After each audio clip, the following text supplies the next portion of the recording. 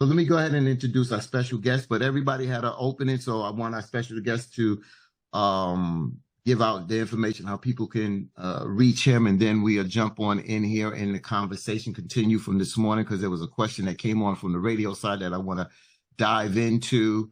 But let me go ahead and introduce Michael Imhotep, historian and national political commentator. Michael Imhotep, host of the African History Network show and founder of the African History Network.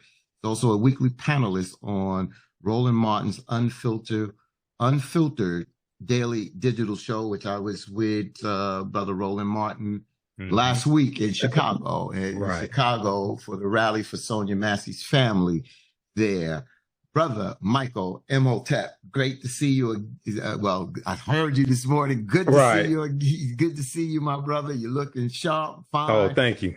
And thank you this morning. We'll jump into it, but I want you to, let people know how they can reach you in any, brief opening statement that you, since everybody had a little brief opening statement, anything that you would like to add before we jump into our conversation. Well, Brother Fatim Muhammad, thanks for having me on. And I've watched over the years Open Line, and thanks for also having me guest co-host, assisting and helping me guest co-host Reverend Sharpton's radio show also a couple of years ago as well. So people can visit my website, AfricanHistoryNetwork.com, AfricanHistoryNetwork.com. At the African History Network, we focus on educating, empowering, and inspiring people of African descent throughout the diaspora and around the world, because right knowledge corrects wrong behavior. So I have videos on our social media platforms like the African History Network Facebook fan page. I also teach online history classes on the weekend. I have one today, 4 p.m. Eastern Standard Time. So when people go to our website, they can register for that, because this is a multi-week online history course that I teach. And also I'll be doing the African History Network show tonight, 7 p.m. Eastern Standard Time. Our guest is going to be Reese Colbert, who they watch Roland Martin Unfiltered. They see her there. They see her on Sirius XM. And we're going to discuss a lot of the disinformation that has been put out about Vice President Kamala Harris, et cetera, and go through and do some fact checking on this. So it's a busy Sunday, brother. So I've got 3 interviews scheduled today. There you go. And I just want to say thank you for joining us here. And let me talk, briefly what Larry said about preventive medicine. You got to realize that we brought on some of the top doctors across the country when COVID was out. And we brought them on, and one of the doctors that we knew right in our backyard, Dr. Chris Purnell, is one of those preventive medicine folks. It's ironic, because I had COVID maybe 2 weeks ago. 2 weeks ago, it was the second bout with it. It was, for me, I'm vaxxed and, boosted up. Some believe, some don't. I'm not here to do that. Our job was to put out information and let people decide what they wanted to do during that time. But what happens now is that COVID is not being monitored or being tracked. And I just stayed on top, because I noticed when I have a cold, my cold lasts me a week and a half. And then 3rd day, that cold started to get better. I was like, and I had the test here, and I test myself. So I've been in touch with Dr. Garg this week, and he was supposed to come on this morning, but he did overnights last night. And then Wednesday night, this coming Wednesday, he is traveling to Michigan, but we are in constant contact, because a lot of people are coming up with stomach viruses and colds and not testing. And they having COVID and they're walking around. So I knew I had COVID. So I just stayed here, in the house, because I'll be honest with you, it's hard to put the mask back on, unless I really, really have to. I'm all well prepared. I got the other mask with this here, just in case something else breaks out down, wherever I'm at. Well, but with before Brother Imhotep expands our knowledge, let me just say we have to always acknowledge our allies. And Michael Bloomberg made a $600 million donation to 4 Black medical schools, $175 million to each medical school. Those schools overwhelmingly produce the highest number of Black doctors in this country. Between Black people are roughly 12 to 13% of our population, but only 6% of the nation's doctors are Black. And so I think we need to focus on that, which we have, Patine, over the years on the show. but I think we have to emphasize how important it is to give opportunities to those who are pursuing careers in medicine and may not have the means to do so. This affords them a way to pursue their careers as doctors. And we look at it, Fatim, from the perspective of how many times have we gone to a doctor? How many times have we gone into a medical facility and you barely see a Black doctor, right? And so this is so important. And as a HBCU alum, Sabrina and I, we often talk about the lack of funding, right? The lack of the low endowments. As I said last week, Howard University's endowment is $865 million. Harvard University's endowment is $50 billion. And so that donation of $600 million, Fatim, we can't understate how important that was. And so certainly kudos to Michael Bloomberg. Exactly. And the New York City Department of Health is tracking the COVID expansion, the rise, and particularly in Black neighborhoods and Latino neighborhoods, Hunts Point, South Jamaica, in terms of hospitalizations. Not you just called in and you got rid of it. Hospitalizations, Hunts Point, South Jamaica, East New York, Central Harlem, Co-op City. That's where it's rising. And Nassau County doesn't want you to wear a mask either. And so they just passed legislation making it against the law for you to wear a mask in public spaces. Crazy. Last week, they passed that law last week. So COVID is here, people. Oh, yeah. It is here. And it's being tracked. Well, no, not tracked there in New York, but it's not tracked across the country. CDC is not. They're not tracking it. They're not tracking it. But here in New York, absolutely. There you go, and that's good. So all right, let's go ahead and jump on in here. We had a question this morning, and there's a lot of politics here to discuss. We've been on point. We've had our strong debates on this, and it's not about going back because we don't have to prove a point because we all knew that we needed to move forward. Larry always said we got to keep Trump out of the White House. The bottom line is, a lot of us felt that, we standing with President Biden because that was the alternative that was there. But we also knew that their motivation wasn't there. The donors was pulling out, and we are past that. We're moving forward. So we don't need to rehash that. But now we are seeing a whole different momentum. But with that momentum and the enthusiasm, that's beautiful, is good, is no but. However, we have a lot of work to do, and there's a lot of political education is still needed within our communities here, really needed in our communities. And Brother Michael Imhotep, I want to go to the Electoral College, but there's one thing I just want to briefly say that you were talking about the doctors and the funding of Michael Bloomberg real quick. Let me just say this, and Sabrina talking about more Black doctors. You guys know I'm a sickle cell advocate. My wife passed on sickle cell, but being her advocate for years. And I'll tell you straight up, I've had some good Black doctors, had some good white doctors. I had some pain in the ass white doctors, and I have a pain in the ass Asian and Black doctors. So I want doctors that are compassionate and not judgmental and not looking and diagnosing their patients like they're in a textbook. You understand? For instance, sickle cell, with next month is Sickle Cell Awareness Month, which we'll get more into that. You can't do it with a textbook. Somebody who has a high hemoglobin still can be in a sickle cell crisis. So bedside manners is important, but there got to be some compassion. Dr. Ian Smith, who's been a guest on this show before, talked about how some people, especially those that suffer with pain, with sickle cell and other things, how they're mismanaged when it comes down to pain management.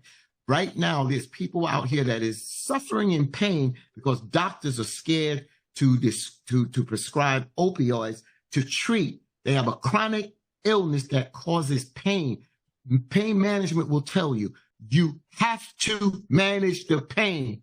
And if there's an addiction rate, the addiction rate is very small. I spoke on this with pain management at Long Island College Hospital some years ago about that. So again, yes, more Black doctors are needed, but we need more good doctors out there that is going to be compassionate out there, because I'm telling you, it's an uphill battle when it comes to health, and especially in the Black and Latino and other people of color's community out here. So just want to add that with that being said. Now we get back to the political page, and let's go to Brother Michael Imhotep to talk a little bit about the Electoral College, because we had a caller this morning and I said that we will dive into that and then we'll get into the presidential politics of the day.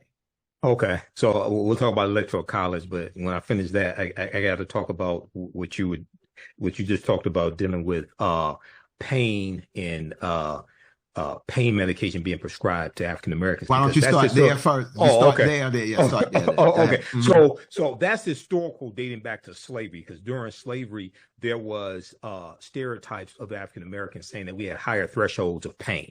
Okay, and that continued after slavery. And when we look at a reluctance from some doctors to prescribe opioids to African Americans, even blackdoctor.org had an article a few years ago that talked about how you had a high percentage of medical school students who thought that African Americans had higher pain thresholds. Okay, number one. Number two, if everybody researches this article from February 8th, 1914 from the New York Times, it's called "Negro Cocaine Fiends Are a New Southern Menace. Murder and insanity increasing among lower class blacks because they have taken to sniffing since deprived of whiskey by prohibition." This is a huge article from the New York Times, February 8th, 1914. And it dealt with the fear that many white people had of what happens when black men get high on cocaine. They said that African American men had superhuman strength when they were high on cocaine. And they were asking the question, do police officers now need to carry a .45 caliber handgun because a .38 wasn't powerful enough to kill a Negro high on cocaine? Because cocaine was illegal. Okay. So when we go back in history, we see this when we look at why marijuana was made illegal, largely because of the Marijuana Prohibition Tax in 1937. That was pushed by Harry J. Anslinger. And when he testified in front of Congress, he said that white women craved black men sexually when white women were high on marijuana, because marijuana was legal. So when we go back and look at the drug laws in this country, historically changed. As long as white people were using the drugs, it wasn't a problem. 1875, you have the first anti-drug law in the history of this country. That was the anti-opium law in California, specifically San Francisco.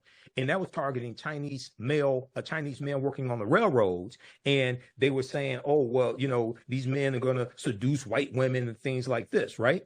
So there's a history behind this, but we have to have more competent doctors, period, but especially culturally competent African-American doctors also. Yes. Culturally, yeah. Yes. Okay, so when we look at the Electoral College, the Electoral College was created by the U.S. Constitution at the Philadelphia Convention, 1787. Okay, very briefly here, I encourage people. I'm going to give a couple articles for people to read for resources. Number one, there was a good piece from CBSNews.com that came out January 19th, 2021. This is the day before the inauguration of Joe Biden and Kamala Harris. It's called "Most Americans Don't Know What's in the Constitution, a Crisis of Civic Education." And the way it works there, there are 538 electoral college votes. Okay. You become president-elect by winning by getting to at least 270 electoral college votes, okay, which is 50% plus one. You win the electoral college votes. You become president-elect by winning the electoral college votes associated with a state, okay? Each state has at least 3 electoral college votes. I think that's the number, at least 3. You win the electoral college votes associated with a state by winning the popular vote in the state. And this is what confuses people. So the caller on the show today said Hillary Clinton got more popular votes, but they gave it to Donald Trump. No, they didn't give it to Donald Trump. Donald Trump got 306 electoral college votes because he won Michigan. He won the popular vote in Michigan, Wisconsin, and Pennsylvania. He won Michigan by 10,704 votes. I live in Michigan. I saw it happen. Okay. He won Michigan by 0.2 of a percentage point, and he won the 16 electoral college votes associated with Michigan. So, and the electoral college does not vote until the first Monday following the second Wednesday in December.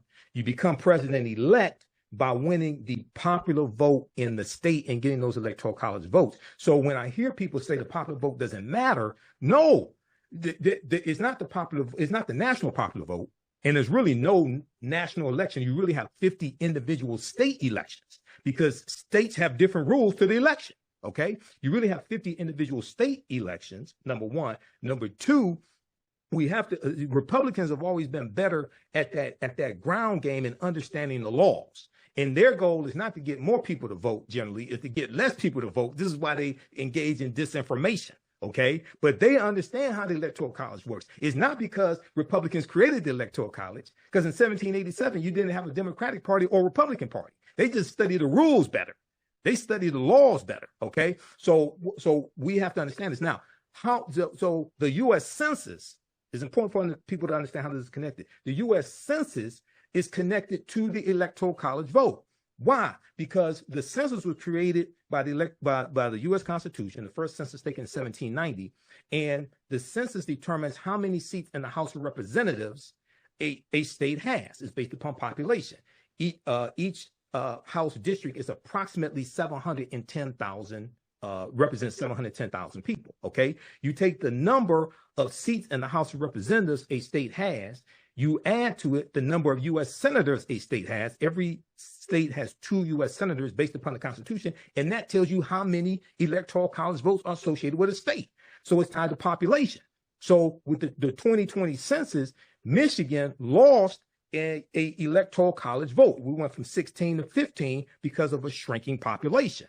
When Donald Trump said that he wanted to put an immigration question on the U.S. Census, I knew exactly what he was doing, because there hasn't been an immigration question on the census in about 70 years. The census is designed to count every person in the country, regardless of their status, whether they're documented or undocumented. Okay. What he was trying to do is to weaken blue-leaning states, some of them sanctuary states, things like this, more open, or have sanctuary cities more open to undocumented immigrants, to weaken them when it comes to the Electoral College. Okay, because a lot of those people who may be here undocumented, or they may be in a mixed house, they may be in a house where some people are documented and other people are undocumented, they're less likely to return the census form. New York lost a electoral college seat or electoral college vote, and if 89 more people had responded to the census, they would have maintained it. Okay, so that weakens New York, weakens Michigan when it comes to the electoral college vote. So Republicans are playing the long game. I was taught to understand the rules of the game, the rules of engagement. Okay, and so that's why when I teach about political self-defense, we get deeper into this than just voting. We need more than just voter education. We need to understand how to play the game of politics to win. And economics is part of that. My degree's in business administration. I totally agree with that. I taught entrepreneurship for 7 years. But laws and policies impact and govern your economic empowerment. If you don't believe me, ask the Fearless Fund, who a federal judge, a panel of 3 federal judges, 2 appointed by Donald Trump, ruled against them in the lawsuit that conservative activist Ed Bloom filed against them. And when we talked to 2 of the founders on Roland Martin Unfiltered, their fund is not exclusively for African-American women, it's for women of color. Right. Ed Bloom is saying, oh, it's for Black women. No, it's not exclusively for Black women. They give it to women of different ethnicities. But this is a whole attack on diversity, equity, and inclusion. And this is the conservative-leaning Supreme Court that Donald Trump put in place, and people didn't see this coming. For life. For life. These are lifetime appointments. And Project 2025 is the second part of this. Okay? And people think, oh, 920 pages, that's far-fetched. No, it's not, because the Heritage Foundation did the same thing in 1980. That book was called Mandate for Leadership in 1980. The Heritage Foundation put out a book in 1980 that contained 2,000 right-leaning policies they wanted the Reagan administration to adopt. And according to Project 2025, the Reagan administration adopted 64% of those policies in Reagan's first term. The reason why they're doing it again is because it worked the first time. But now we have social media. Now we have Taraji P. Henson. Okay, now we have WBLS. Okay, so it's not working the way they thought it was going to work. It's being exposed. That's why Donald Trump is trying to back away from it. But evidence keeps coming up with him on a plane in 2022 with Kevin Roberts, okay, the president of the Heritage Foundation. So that's just a brief nutshell of how the Electoral College works. And so important, Brother Michael. And this is why, you know, Sabrina says on here, but today is one of the most important days. All our shows are here important, but today is a very important to click, like, and share this program because it's about education. Sometimes we have conversations, sometimes we have debate, but we also have to have education, especially in this time. We want to give you information out there because a lot of people communicate with other people, especially through social media, and there's misinformation and disinformation that is going out there, and we need to have the correct information. With that being said, let's have a go around with our team. So when I come to you, so I'm going to start with you, Jamie, Sabrina, and then Larry. Jamie? Yes, and to just expand on what Brother Imhotep said, this is why right now in Georgia and in other states, Arizona, there are cases across this country that have the Republicans, Donald Trump, among them, in legal wrangling simply because they tried to use the electors, fake electors. So as Imhotep said, although, and this is why I have from the mountaintop talked about for many, many years on this show, the importance of state legislatures and the importance of the courts. Yes. The Republicans have a 3-decade campaign, right? And it really began in earnest after Barack Obama was elected for his first term. And they played the long game, very strategic in seizing state legislatures and state courts and federal courts. And they have been successful, which is why, as Imhotep said, you have the Fearless Fund case, and you have so many others. And Edward Bloom isn't new to this game. He's been doing this for decades. It began in Texas when he tried to suppress and oppress the Agency of Latinos. Mm-hmm. And so he's been a lifelong right-wing activist. And so we do have to understand that all politics are local. And we have to look at the states and how what the states are able to do in its federalism affects the federal and, right, and even the local. And I'm talking about, we look at just your own district with gerrymandering that took place. The Democrats lost the House because of redistricting in New York State, which backfired on the Democrats. They have to be held accountable for that. And so the Electoral College, it truly isn't representative because a state like Montana that has only a fraction of the population of a state like California should not have the same number of senators, in my opinion, right? Or representation. But that's another story. And so we do look at how the census plays a role, a very critical role, and how we have to understand if we do not look at who our Secretary of State is. Walter Mosley is the Secretary of State in New York. Taisha Way, who's also the Lieutenant Governor of New Jersey, is the Secretary of State. How important the Secretary of State's role is in certifying these elections and making sure that these elections, whoever wins, you can contest an election. We saw Al Gore contest the election, but it's done in a manner that is fair, that is transparent, and that is not nefarious, which Donald Trump and Republicans are doing, have done, and will continue to do. They're already setting the stage for Kamala Harris and Tim Walz's victory. They're setting the stage to claim that the elections were rigged, that the elections were invalid, and they are continuing to rally state electors and the state secretaries of state to contest these elections. And so we have to play this game and fight this game on multiple fronts. And Fatine, let me just go back because I think, not to digress, but Imhotep made a great point regarding pain, and I don't want to digress too much. But we all know J. Mariam Sims and what he did from 1845 to 1849 and performing, right, operations and experimental operations on Black women slaves. And so my doctor, you're right, Fatim, we want compassionate doctors. My primary care physician, who I've had for decades, is Jewish, a wonderful man, right? He's ending his practice, but a wonderful man. You go to those who are going to serve you competently and with compassion. You're absolutely right. So I just want to qualify that. But we must also, Michael, take a look at right now how the Republicans, they don't really have a way, in a definitive way, to counter the momentum right now of Kamala Harris and Tim Walz. So what they're doing is they're engaging in ad hominem attacks. They're not putting forth any policy that a majority of the Americans, right, subscribe to.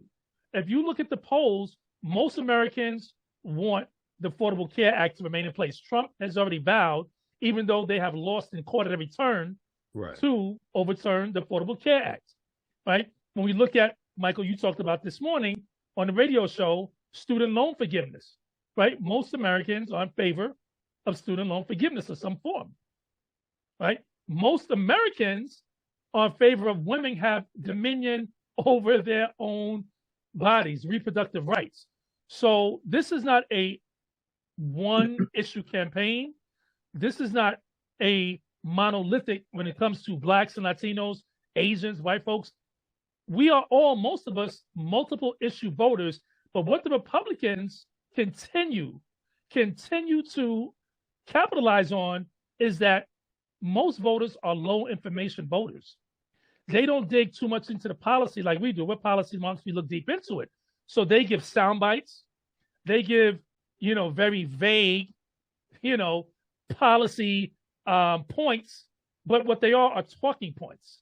And so our job and our duty is to, as we do here, Michael, as you do, and many others, to inform voters, right? To educate voters. It is why books are being banned in schools.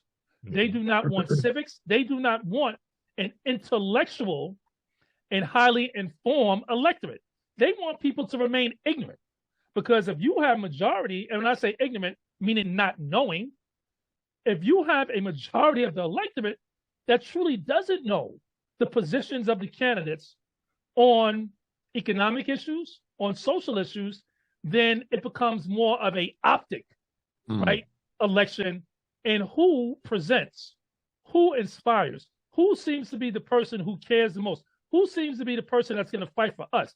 Donald Trump doesn't give a damn about poor Blacks or poor whites. Donald Trump only cares about himself and how everyone is useful idiots or tools and vehicles to his own personal means and agenda. And so we have to remember that. And I do think that thus far, Kamala Harris and Tim Walz have done a great job.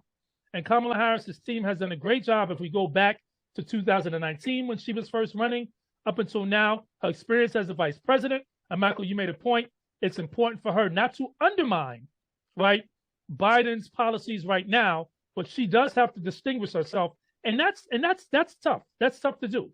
But I think thus far, and she's going to release her economic plan next week, I think that thus far she has done a great balancing act in not undermining Biden, particularly on the Netanyahu-Hamas war. It's not Palestine and Israel. This is Netanyahu versus Hamas and other issues that can distinguish herself without being presented as being radical, as being presented as someone who is countering or going against Biden, because they're tying her to Biden. But as you said this morning, Mike, I'll leave it at this. Vice presidents don't make policy, right? They don't. Normally they do go along with the president because that's their job. Nevertheless, now that she's running and she still is the vice president and she still is essentially working for Biden, she has to make sure that she is very nuanced and very careful in terms of how she's presenting her vision and her future of what she sees as a future of this country. Right. I mean, I'm let you respond that, Michael. I just want to say one thing to Jamie. It's not a correction. It's just that I do know what you're saying about the Prime Minister of Israel, Benjamin Netanyahu, with his war against Hamas. Unfortunately, it's a war on the Palestinian people, as Larry has said, a genocidal war. You just saw what happened with the bombing yesterday.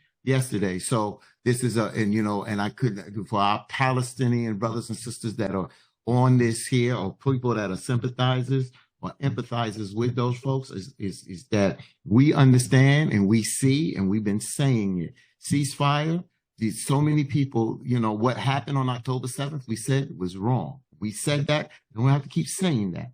Understand? To balance this. But the number of Palestinian people that have died, there's no discussion on that no more.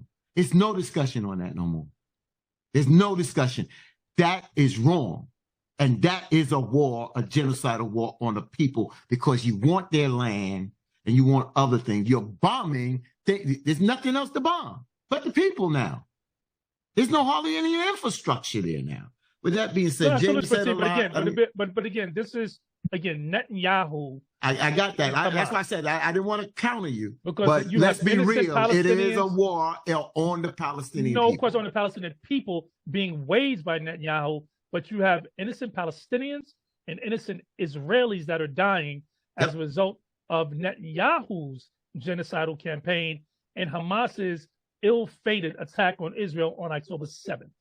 Right. And again, I'm a realist. I know Sabrina says she don't like no violence. Unfortunately, it's a violent world. Since it has been, and it will be. And, I understand, like she says, she says it very well. She don't support violence anywhere. And I respect that. Fortunately, this is a violent world. And when people attack, nobody stood up for those Palestinian people.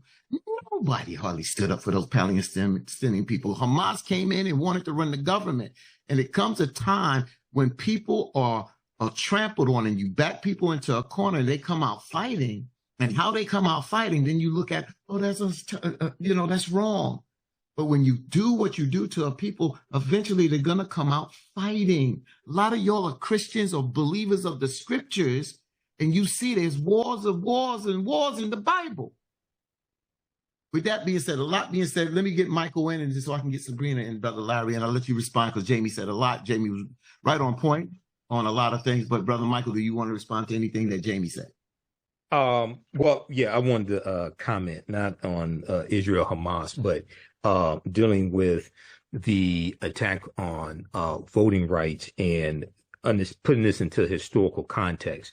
When you talked about President Obama being reelected 2012, the percentage of African Americans who voted was 66.7%, if I remember correctly, of those registered to vote. This was the first presidential election where the percentage of registered African American voters was higher than the percentage of white people who registered to vote who actually voted, and this scared a lot of Republicans. This scared a lot of them. They came back and attacked us with Shelby County versus Holder, U.S. Supreme Court case of 2013. And this is what people don't understand, which attacked Section 5 of the Voting Rights Act of 1965. The reason why you needed the Voting Rights Act of 1965 is because of what happened in Mississippi in 1890 with the Mississippi State Convention of 1890, where they rewrote the state constitution. They passed poll taxes and literacy tests to suppress the African American vote. And African Americans were the majority of the population in Mississippi. Okay. And Solomon Saladin Calhoun, who was the white county judge who presided over the convention, he said, we came here to exclude the Negro. They said explicitly why they were there. Okay. Because 2,000 African American men got elected to the state legislature. You had a handful of them in Congress, about 20 in Congress. And you have a couple in the Senate.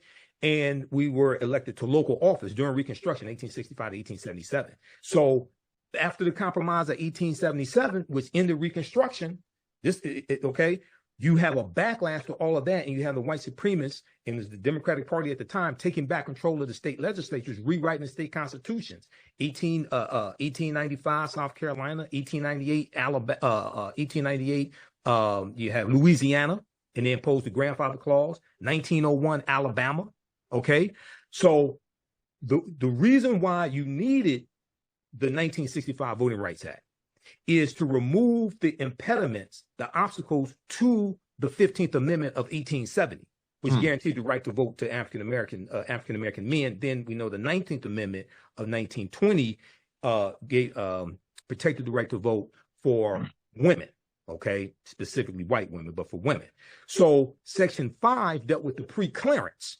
Okay, and what happened was with the pre-clearance in 1965, it stated that counties and states that had a history of putting obstacles to the 15th Amendment in place, they had to get permission from a federal judge to make any changes to any laws, any changes to the location of polling places, the times that polls open and close, how early you can have early voting, all different types of things like that. When it was gutted by the Supreme Court, Senator Jeff Sessions of Alabama cheered it. Shelby County is in Alabama. Alabama was ground zero for the fight for the Voting Rights Act, the Selma to Montgomery March. Okay, that's where you have Bloody Sunday, March 7th, 1965. Okay, so as a result of Shelby County versus Holder, in 2016, there were 868 fewer polling places.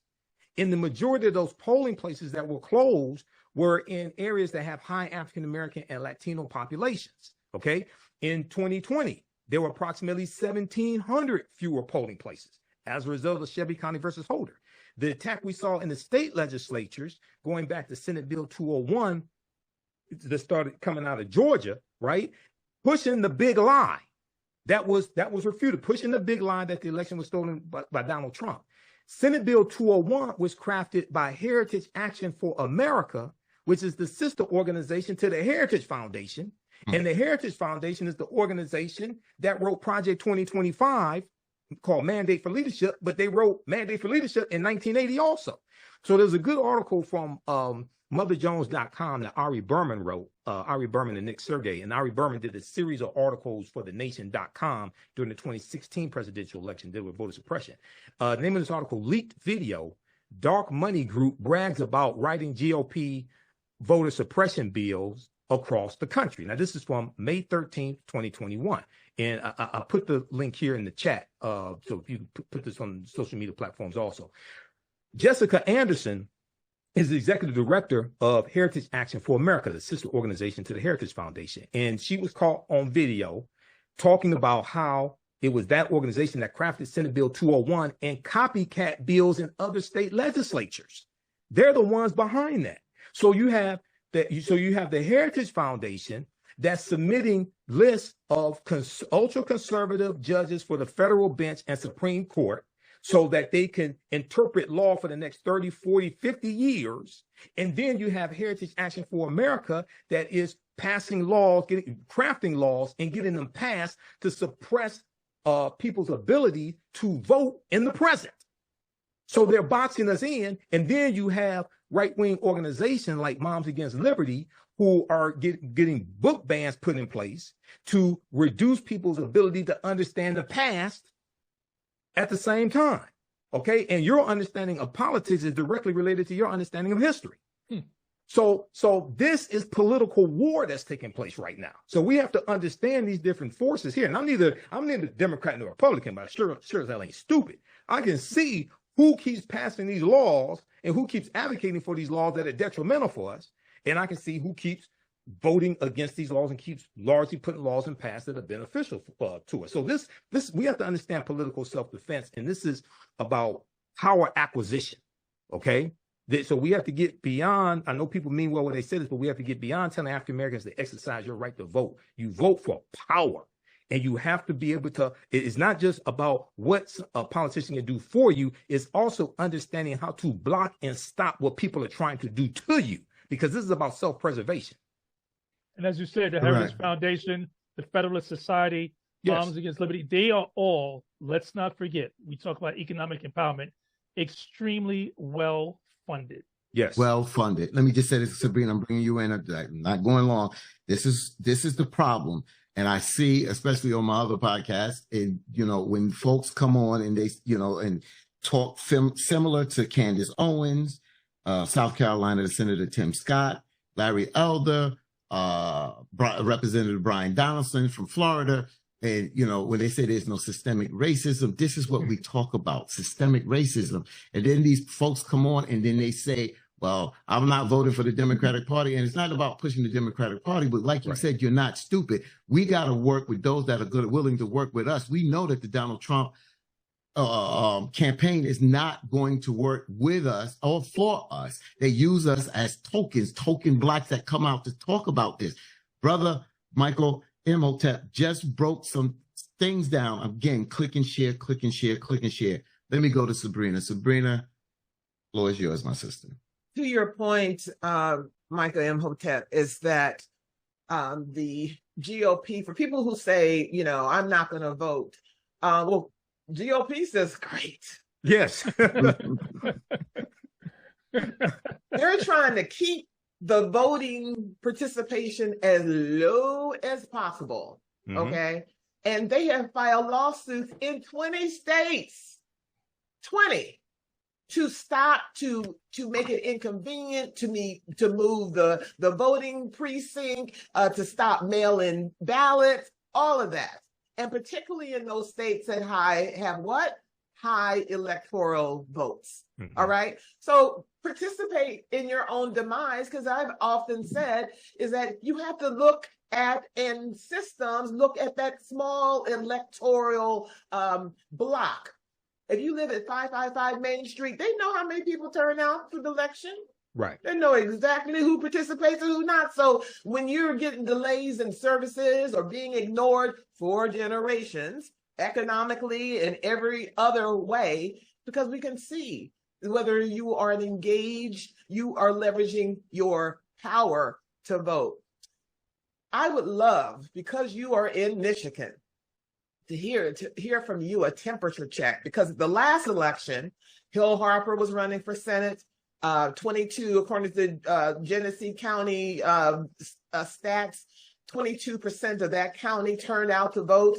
I look at, we opened the show honoring the memory of Michael Brown and his parents and how they're carrying the tragedy of that. The new elected congressperson, Wesley Bell, you know, would not file charges against the cop that killed this child in the streets and left his body for 4 hours. I look at the Bronx, how generationally have zero access to economic, equitable financial services. Peel that back and look at poverty and lack of access. So I would like to go back to Michigan, where you are, sir, and share with us, what are you feeling on the ground? I'm part of these you know, mobilizations online, but the people in Flint, the last stat that I saw was maybe about an 8-9% turnout vote.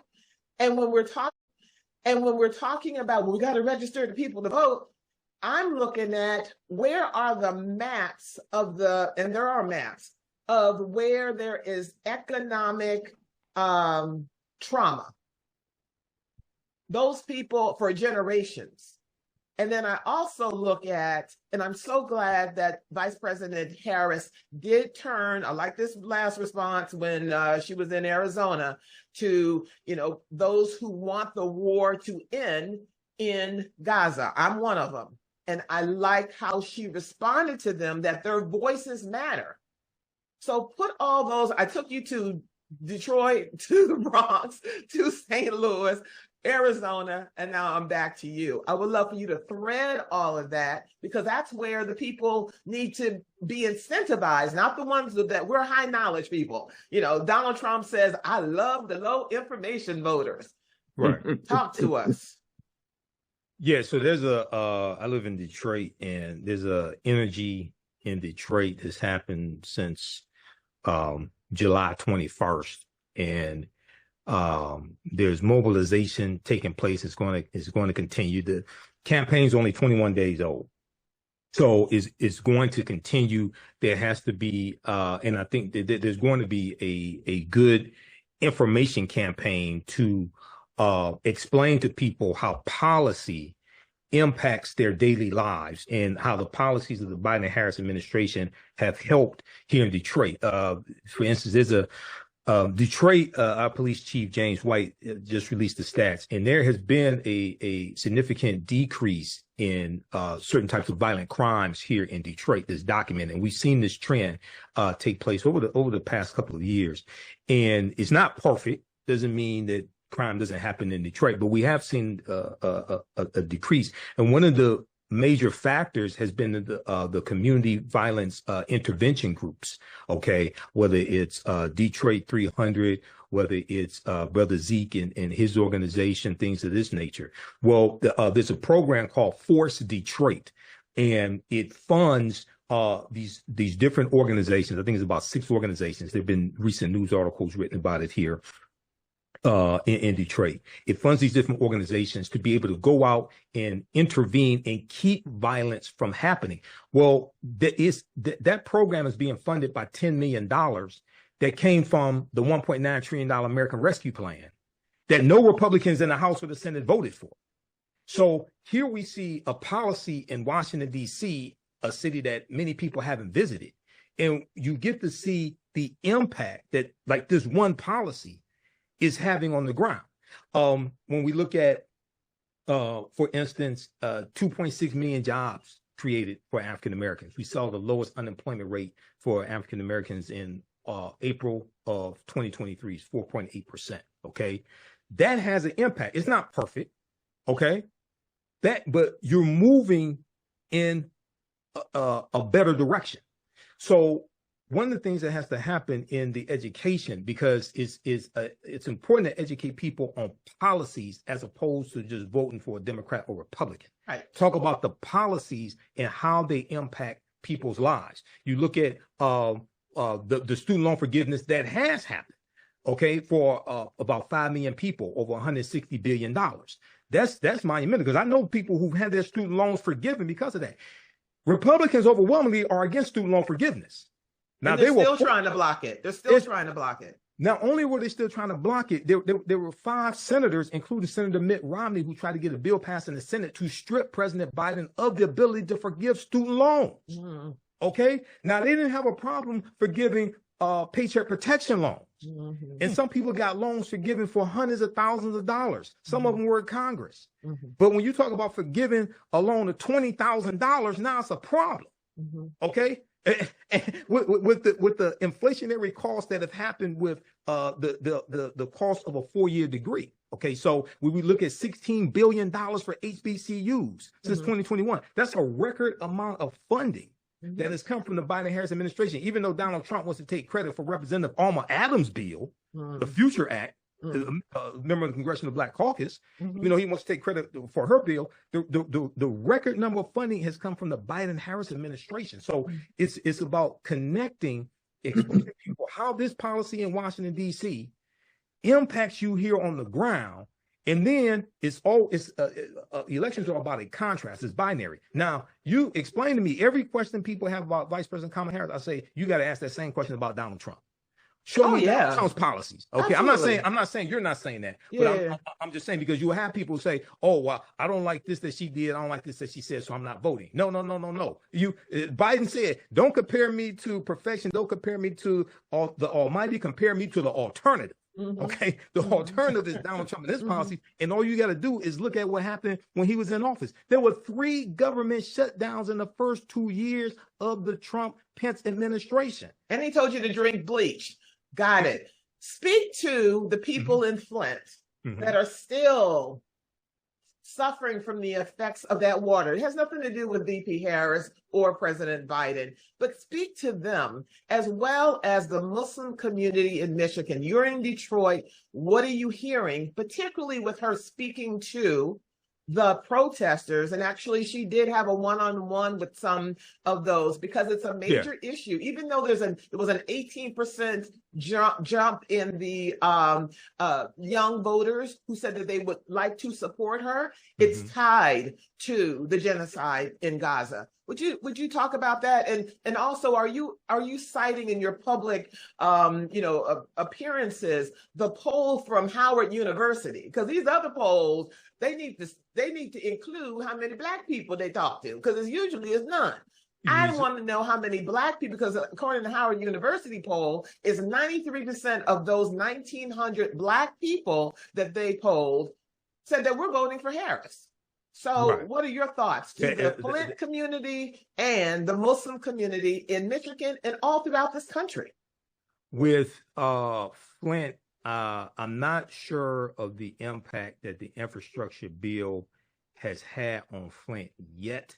But I think part of the $1.2 trillion infrastructure bill that only 19 Republicans in the Senate and 13 in the House voted for, part of that is dealing with removing lead pipes across the country. Because there were, when the Flint water crisis happened, and we heard about it here in Detroit before it made the national news, when the Flint water crisis happened, a study came out and found that there were 3,000 communities across the country that had higher lead levels in the water than Flint, Michigan. Okay. And Flint has been the victim of disinvestment for decades. And then we know that they were also taken over by the governor as well. You had the city council and mayor stripped of power. So I have to look at where they are in getting the pipes replaced. I know there was some replacement taking place before the infrastructure bill. That should escalate that, okay? And that's needed across the country. Here, the Muslim community here in Detroit, I haven't spoken to them directly. I've spoken more to generally the African-American community. You do have, Vice President Kamala Harris did meet with one of the non-committal groups. But even when the primary was here a few months ago here in Detroit, you had some of them saying that even though they were voting non-committal, they were still voting for Biden in the general election because they knew Biden was a lot better than Trump. Okay. So what has to happen? This is a complicated issue that deals with a lot of history. Okay.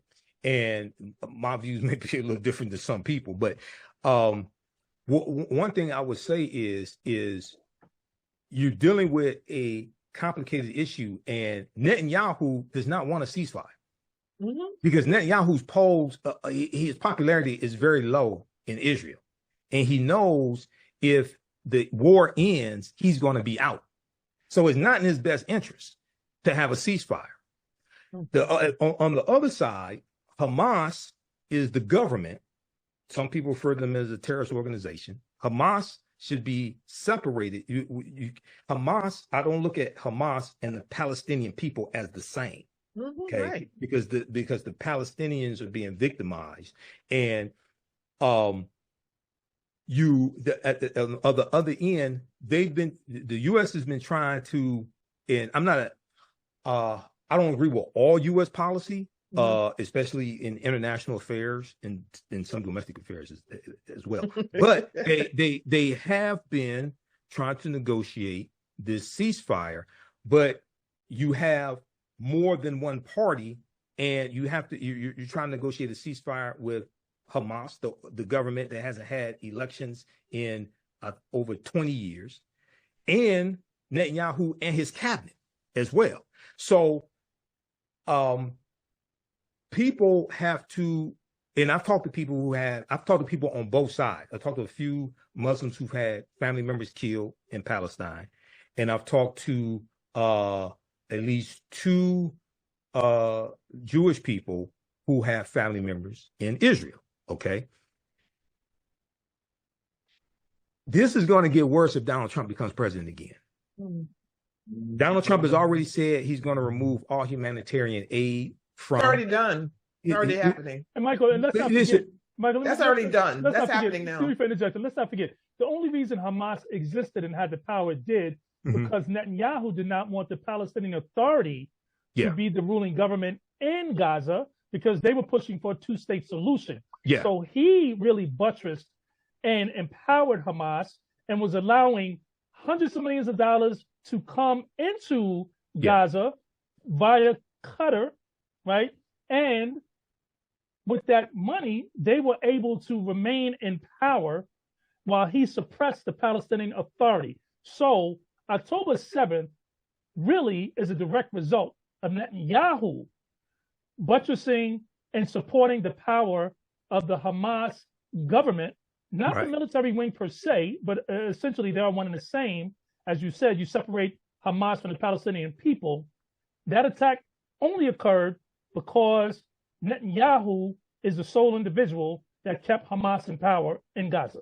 Yeah, and there's an article from Times of Israel that talks about that. I'm not an advocate for the publication Times of Israel, but when I was doing my research on this, I did shortly about a week after the October 7th attack, I interviewed Abayomi Ezekwe, editor of the Pan-African Newswire, on my show. We got deep into this history. So, and then Netanyahu wants Trump back in office. Now, it's also important to understand that Donald Trump imposed a ban on Muslims coming to the country from 7 Muslim countries. Okay. And when he did that, that also increased anti-Muslim sentiment in this country. Right. So this is a complicated issue. I think there should be some type of ceasefire. I don't have all the details of what that may look like. It may look like something different than I envision. Hamas has to return the hostages, but also Israel has to release the 6,000 Palestinians that they're holding. And most of them haven't had trials, things of this nature. Right. So this is one of the things that Hamas is trying to do, trying to get back those 6,000 Palestinians. And oftentimes when this is talked about in the media, the 6,000 Palestinians that Israel is holding is not talked about. This is why I had a real problem with mainstream media, including MSNBC, like the first few days that this happened, because they didn't deal with really any background history on what caused the October 7th attack. And I'm not saying that the way the attack went down or what happened was right or what hey, these people have been fighting for a long time. Okay. Exactly. These people have been fighting for a long time. So but I would say, I just want to leave it with this. I think and I understand the vice president here is still the vice president. Sure. But when she starts to lay out her foreign policy, for me, just talking for me, I want the first thing to happen is Anthony Blinken, that he's going to issue a statement that he's going to spend more time with his wife and his children, because that's always a signal that people got fired. Okay, that's the first part. And also that they address the trauma the United States government signed and sealed by Congress people, that were doing the jack in the box, standing up every 5 seconds for a war criminal, and that they include the Holocaust that's happening in the Sudan and other parts of Africa. So and when we make that shift, because as Madam Vice President is saying, and the nominee Governor Walz is saying, this is going to be a close election. We're the underdog, and you can't afford to ignore any voices and the trauma that we've been championing and cheerleading for years. That's where I would like to see the pivot, Mr. Imhotep. Yeah, I'm going to hold it there because Larry's been very patient and it's got too long to get to him. Real quick, we need to get back on here. Dawood Walid, he is the executive director of the Council on American Islamic Relations Michigan chapter, which is CARE, because he came on and he talked about the sentiment of the Muslim and Arab community in Michigan right before the non-committal vote. So we need to get him back on here to give us an update on that community right there. Brother Larry, let me get you in here because I want to get to, because we talked a little briefly about that article, which I have a funny feeling they're going to try to use that conversation as a distraction about dividing the community, but it is a reality what happened to New York Congresswoman Shirley Chisholm. I need to get to that article before we end this program today. Let me get Brother Larry in. Thank you for your patience, Larry. Well, this has been an amazing discussion and quite enlightening, particularly the amount of detail our guest, Brother Imhotep, have given us and the penetrating questions that have been asked by Jamie and Sabrina. Donald Trump must be defeated. That's where I always start, because if you have a good anchor, then it helps you to build a logical argument and good strategy and tactics. And why must Donald Trump be defeated? Because he is the titular leader of a fascist movement in this country that's seeking to literally overturn democracy and establish some type of white minority rule. Some people say white Christian nationalists. Other people have other versions, but in essence, they want to establish a dictatorship of a type. I mean, and they speak of this openly. I mean, Trump says, you know, I'll be a dictator on the first day. The other day, a week ago, he said, if you elect me, you won't have to worry about elections ever again. I mean, this is stuff just being said out in the open, not to mention a whole 925-page plan, which calls for the literal purging and cleansing of the civil service, to dismissing federal civil service and replace them all with Donald Trump loyalists. I mean, this is classical fascism. And a lot of people still don't want to say that word, but you hear it more and more. And you even hear it now in the mainstream discourse. So, you know, one of the things that Trump says is that the system is rigged. And he is right about that. The rigging is in the Constitution itself. The fact that we have an electoral college that actually selects the president and not the popular vote is one of the foundations of the rigging. Hillary Clinton defeated Donald Trump by 5 million votes, but Trump won the electoral college, so he becomes the president. Research has shown that Al Gore actually won the popular vote and won it in Florida. The Supreme Court stepped in, stopped the counting, and in essence awarded that election to George Bush. We need to abolish the Electoral College. The Electoral College is a remnant of slavery, literally created to give the Southern colonies more power than they actually have. This is where the whole 3/5 thing comes in. It wasn't, they didn't say literally we were 3/5 of a person. They said we would count 3/5 of the population of the slave colonies toward their overall voting population to give them more power. Yes, it's rigged. It's right there in the Constitution. So as long as we have this dichotomy between the Electoral College and the popular vote, we put ourselves in perilous circumstances to always have an election challenge. And the Electoral College should be abolished, but that is not going to happen before November 5th. To abolish the Electoral College requires a 3/4, not even a 2/3, a 3/4 majority of the states to ratify a constitutional amendment to eliminate the Electoral College. But that is something we should be raising. We should be raising it immediately after the election. We should be sending people to the next Democratic National Convention to put that in the Democratic Party national platform. You know, how does something actually become reality? There's a whole process. But we need direct election of the president. The reasons that the Electoral College were established are no longer viable. We have a fundamentally educated population. We have a registered electorate. There's no reason why we can't have direct election of the president of the United States. Kamala Harris has momentum, but this momentum can evaporate in a minute. The momentum, everyone knows the momentum, you know, is good, but we shouldn't be like resting our laurels. we should, resting on our laurels, we should be having massive voter registration. Everybody knows this election was going to be close or is going to be close. Look, it was close when a white woman was running for president, Hillary Clinton. What makes you think it's going to be less close with a woman of color? Are these people going to be any less racist when they go into the voting booth on November 5th? This thing is going to be close.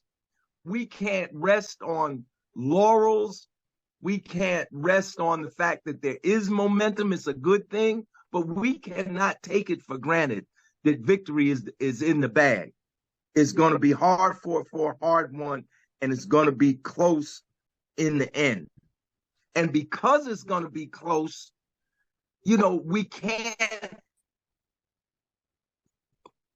we have to understand how everything is. Look, why are there 30, I believe the number is 37 uncommitted delegates?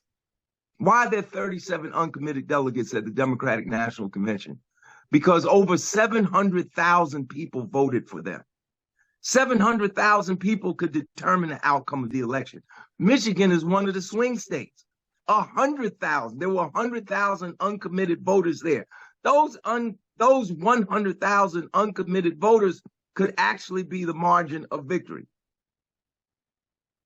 and determine who's going to get those electoral delegates. So what I'm saying is the Democratic Party's foreign policy is its Achilles heel. This situation in Gaza is spiraling out of control. It's not just a war between Israel and Gaza. It's Israel versus Gaza versus Lebanon versus Syria versus Iran. They want a full-scale war with Iran. In a matter of days, the entire international situation can change if we don't get a handle on the situation in Gaza. And by getting a handle on it, I mean bringing about a permanent ceasefire. Now, how does this affect Kamala Harris? Kamala Harris has said she wants a ceasefire. Even President Biden has said he wants a ceasefire. But the problem is, this week they sent $3.5 billion more dollars to Israel for military aid and $262 million directly for munitions this week. So how can you be for a ceasefire if you continue to send weapons? You think Netanyahu is going to stop fighting? Sabrina just said an ongoing war works in his favor. And right now, people are demonstrating in Israel. Jews are demonstrating against Netanyahu because they feel he has abandoned the hostages.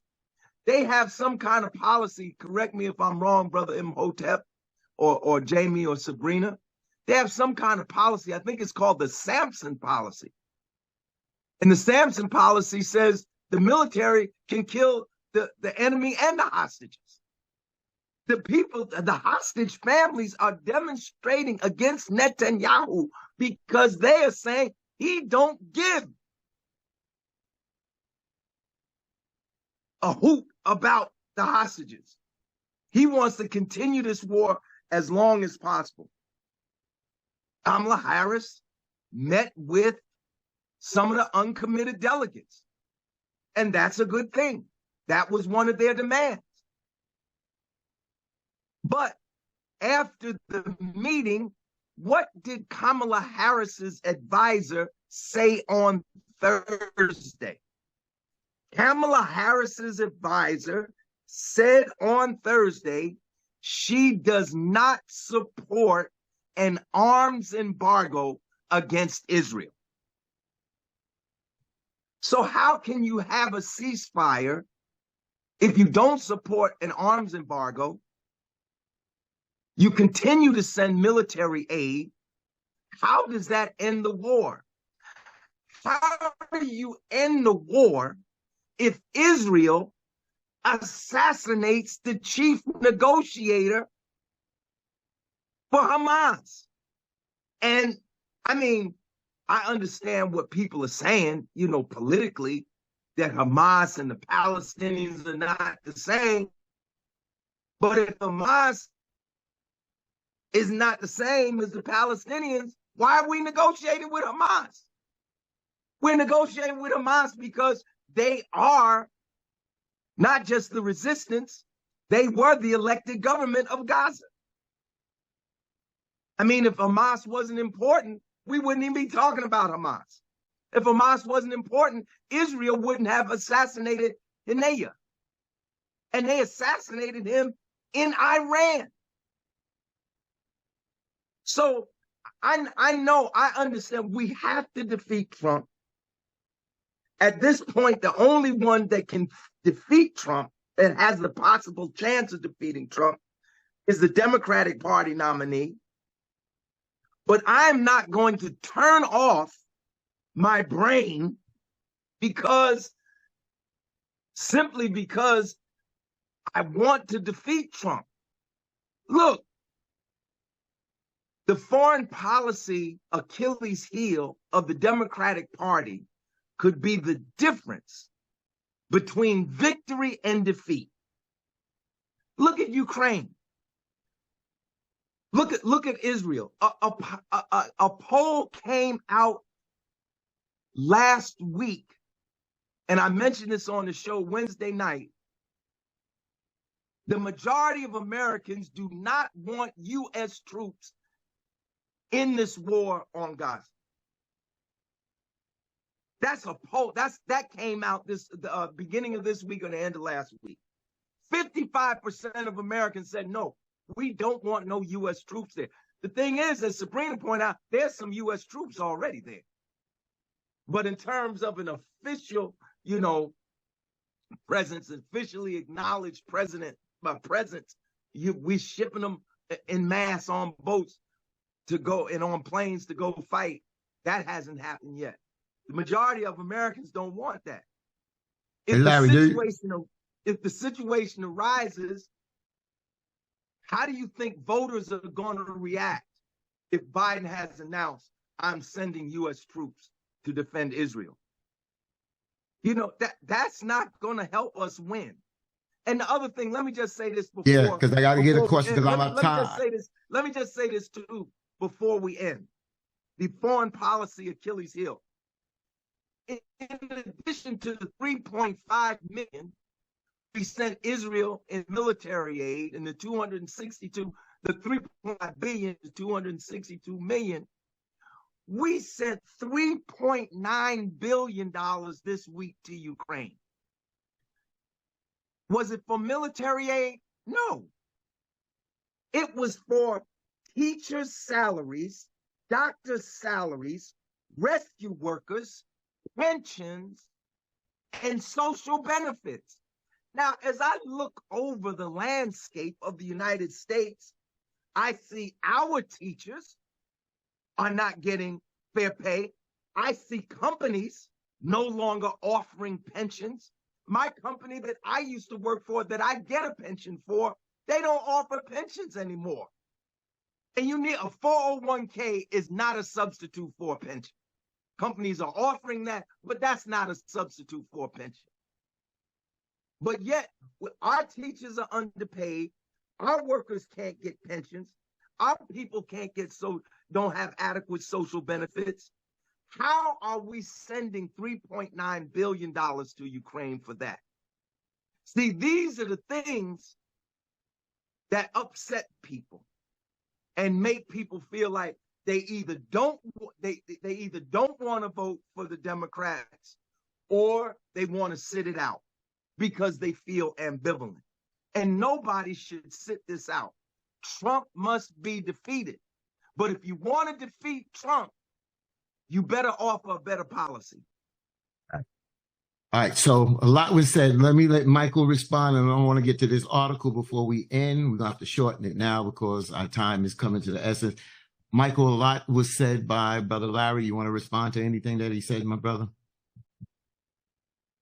Yeah, just very quickly here, we talked about the Three-Fifths Compromise of 1787, Article 1, Section 2, Clause 3 of the U.S. Constitution. The South wanted 100% of the slave population counted.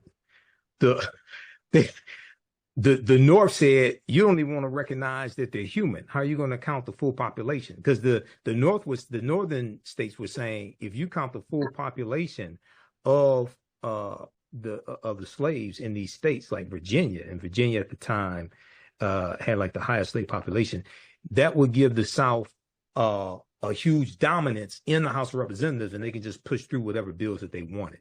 Okay. And then number two, with the Electoral College, to eliminate the Electoral College, a bill has to pass the House of Representatives and the Senate by 2/3 majority vote, then pass 3/4 of the state legislatures by 2/3 majority vote. So because Republicans won 2 elections by losing the popular vote and winning the Electoral College vote, they probably not going to vote for that. So I do think it should be eliminated, but Republicans are not going to vote for that. So we're going to have to educate our people on how this works. And then when we look at the $1.9 trillion American Rescue Plan, there was, well, first of all, this last summer, there were 270 strikes, labor strikes across the country. Some of those were labor unions. Some of those were teacher unions, I should say, because in this country, you have a lot of teachers that are represented by teacher unions. So they went on strike for higher wages. In the $1.9 trillion American Rescue Plan, there was something like $360 billion that was for first responders, but it also went to fund schools and teachers, because coming out of COVID, you had to pay for better ventilation systems so you could have smaller classrooms, and pay for more teachers as well. So even though 3.5 billion, now I'm not sure what's in the current budget, because the Congress hasn't passed the budget yet. They're on I think their third continuing resolution. So because Republicans can't govern, so they haven't passed the budget yet. But if people go and look at the fact sheet from whitehouse.gov, I'll post it here in the chat. President Biden issues call for state and, that's not the one I want. There's one on the American Rescue Plan that breaks down what's in the American Rescue Plan and how it's helping people, okay? Because there was money in that American Rescue Plan that helped and funded teachers also. I get Larry's point, but oftentimes that's not talked about, and how that helped teachers. So for the Three-Fifths Compromise, is a good article that I teach from theroot.com. I'm not a big fan of the Root, but this is a good article. Three-Fifths Clause, Why Its Taint Persists. It's by historian Paul Finkelman. Post it in the chat. Yeah, I'm gonna post it in the chat. No, yeah. I already did. Oh, okay. Yeah. He's a history professor. I interviewed him on the African History Network show a few years ago. He's the author of 50 books, and he gets deep into the history of the Three-Fifths Compromise and how it's misunderstood. And Section 2 of the 14th Amendment of 1868 corrected how the count is taken as well. But all that deals with history. All that deals with politics. So I'll leave it there for now. Real quick, somebody asked this because it said, real quick, Michael Imhotep, because I want to get to this article real quick. Yeah. Because it says that, you convicted of a felon or not being able to vote, and in the Constitution, it doesn't say, it gives the criteria of what is the criteria to run as a president. And it doesn't say a person convicted of a felon cannot run for the president. Correct. So then the person came back. So where does it says a felon can't vote in the Constitution? And I don't think it's in the Constitution. Well, I think it's more of a Supreme Court and then state laws. But can you explain that? State law. So first of all, when the framers framed the Constitution, they didn't think the convicted felon would run for president. They never thought that would happen. Number one. Number two, the 10th Amendment to the U.S. Constitution, powers that are not explicitly given to the federal government go to the states. 10th Amendment deals with states' rights. So that's why you have really 50 individual elections for president, because you have the state government, state legislatures that regulate that. The felony disenfranchisement was that law targets African-American men. That's why that was put in place. Florida in 1868, when Florida wrote their state constitution, they imposed a felony disenfranchisement law. So you lost your right to vote for life if you were convicted of a felony. They also expanded the number of crimes that were classified as a felony. And in 1868, African-Americans made up 48% of the state population in Florida.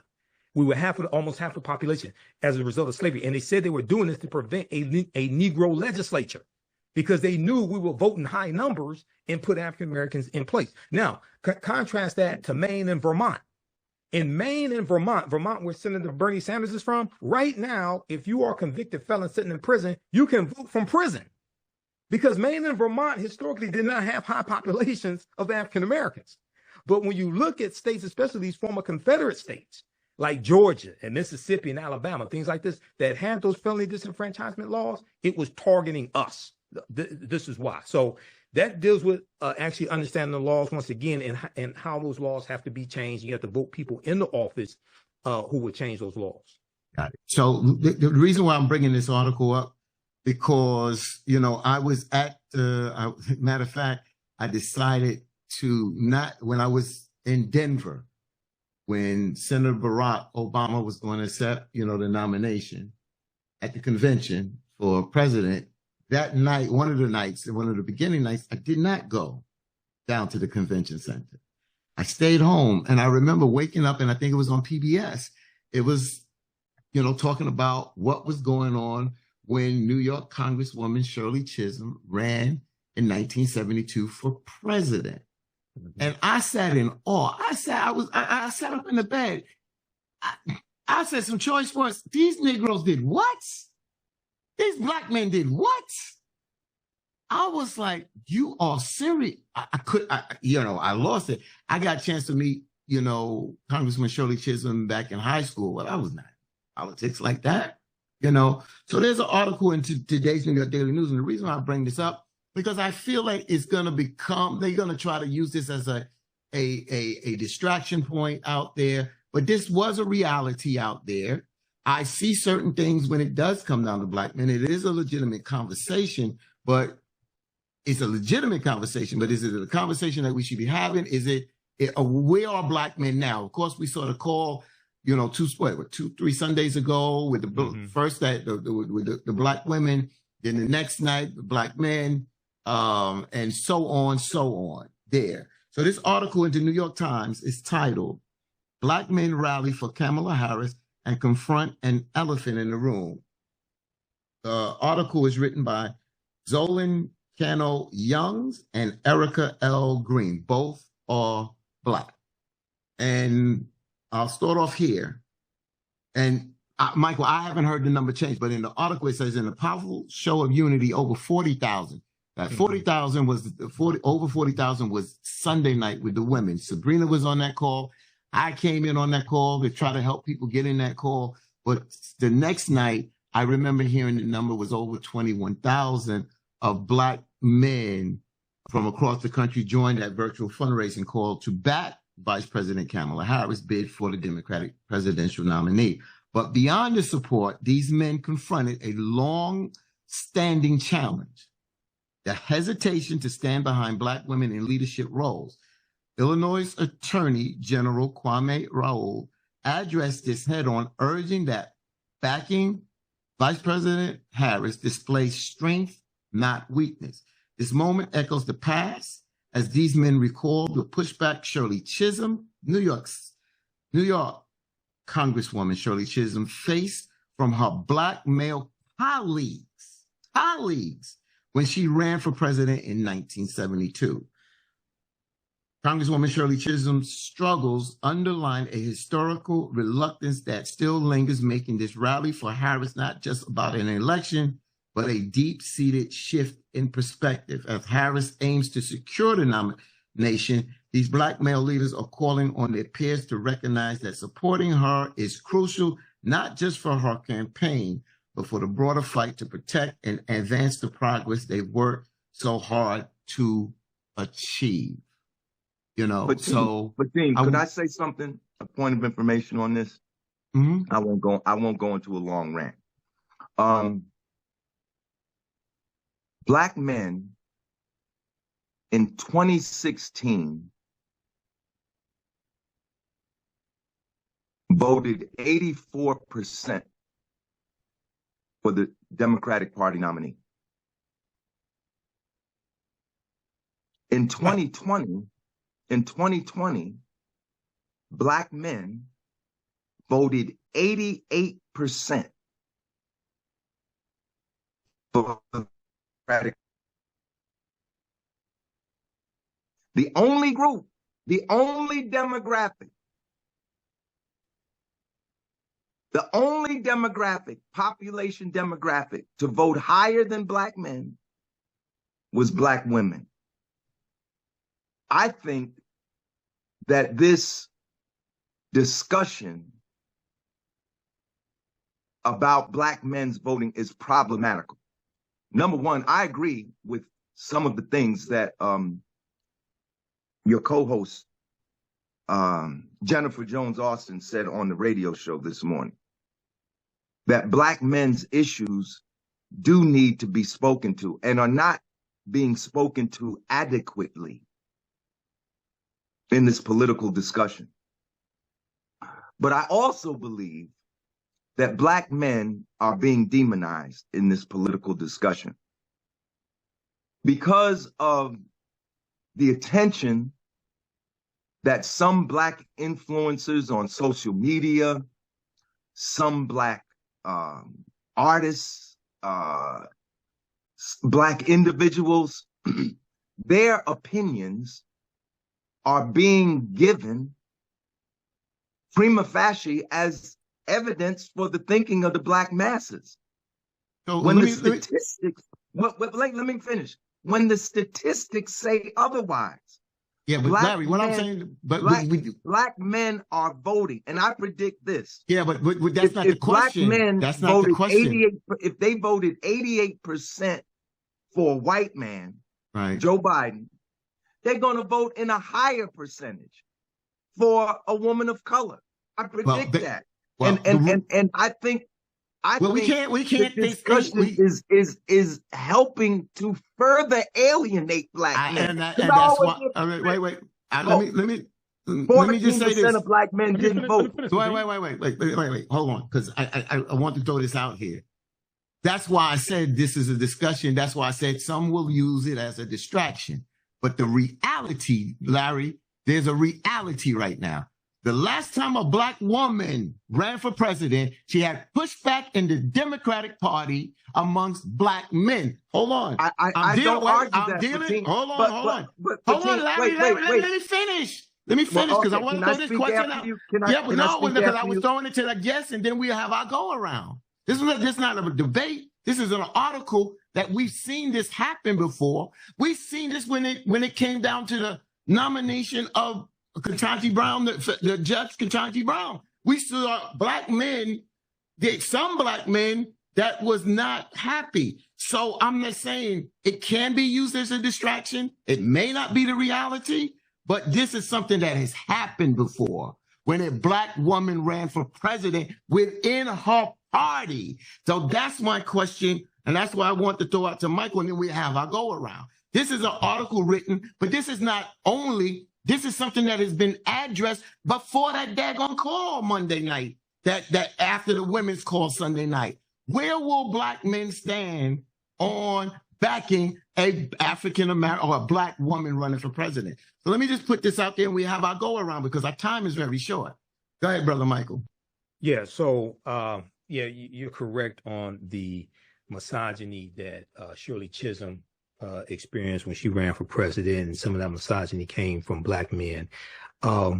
this time around, even though you do have, you have Black social media disinformation agents out here, and people really have to be careful of these social media platforms where these are faceless platforms targeting African Americans, targeting Black people, putting out negative disinformation. Okay. And at the same time, they usually don't have information criticizing Donald Trump at the same time. You got to be really careful of that.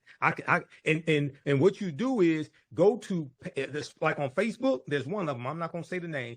Go to page transparency and see who these people are. When they don't tell you who runs the page, you need to speculate. And when they're outside of the country, you need to be leery of them.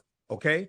But I think this is something that I think we're going to see a change now, because we didn't see a call like what happened on July 21st. And I was on that call also. There was 20,000 on StreamYard with Roland Martin and the brothers, one with Black men. And then there was thousands more that were watching and streaming. We haven't seen this type of movement take place really before. People say 08, President Obama, social media wasn't developed like it was then.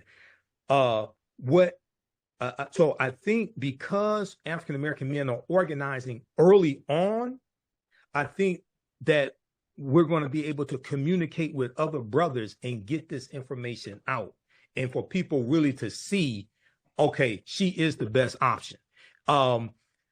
Women, other countries have had female prime ministers and leaders, things like this. The U.S. is way behind in the times. It's past time for that. And you have some African-American men who realized what happened when Donald Trump got in office, and they said, oh, we should have voted for Hillary Clinton.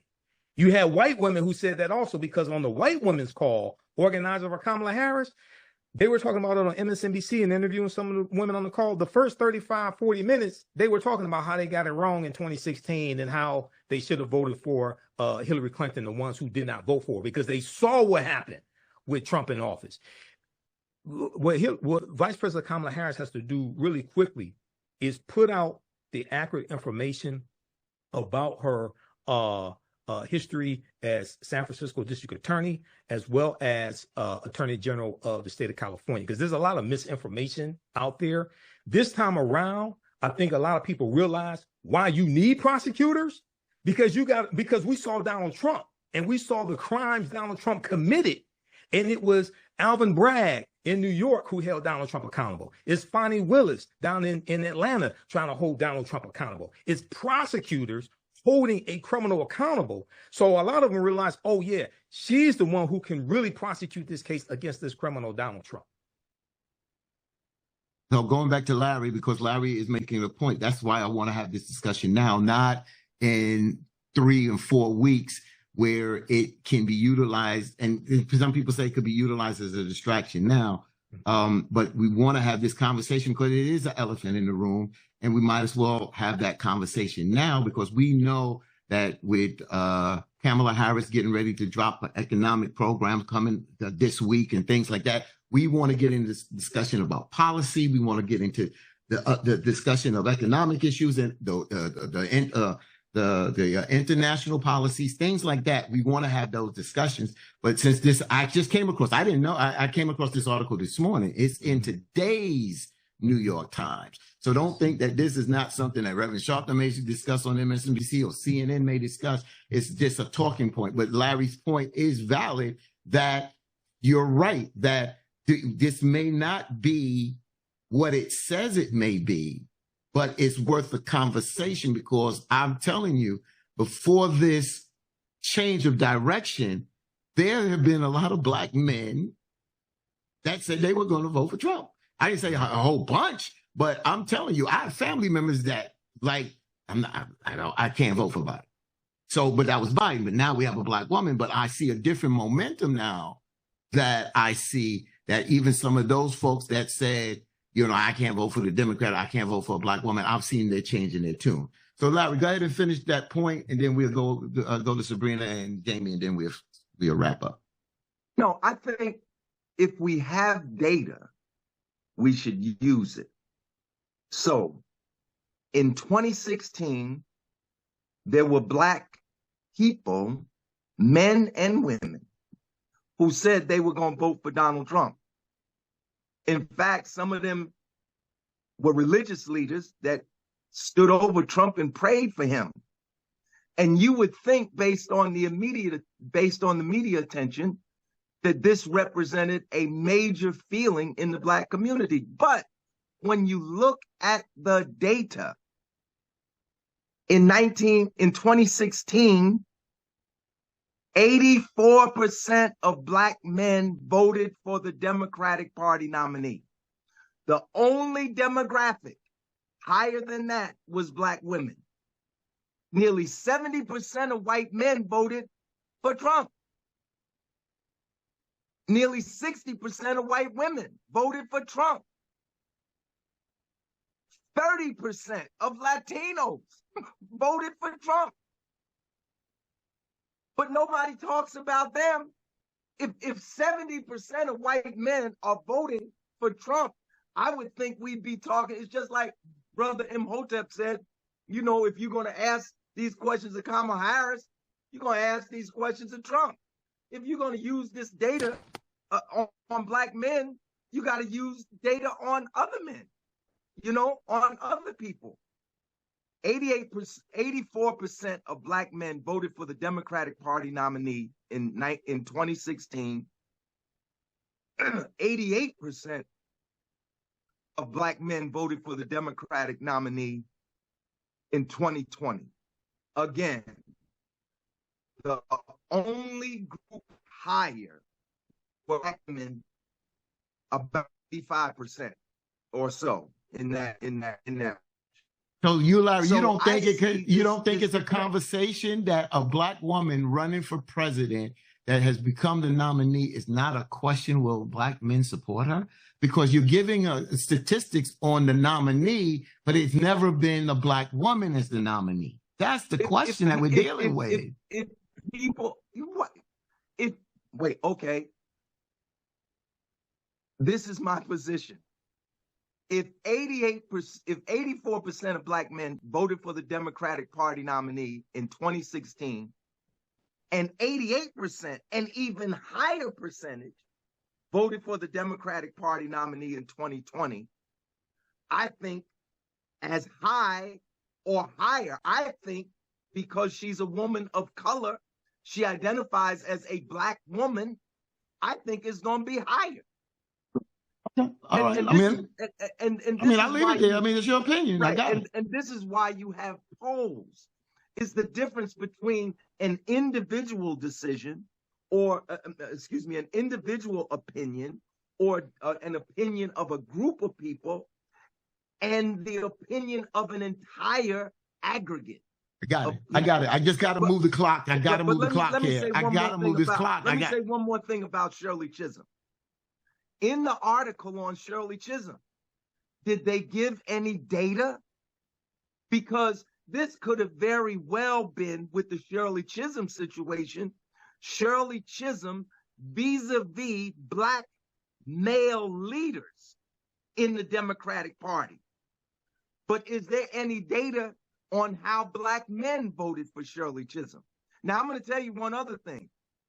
I was at the Democratic National Convention in 1972. I was an elected delegate.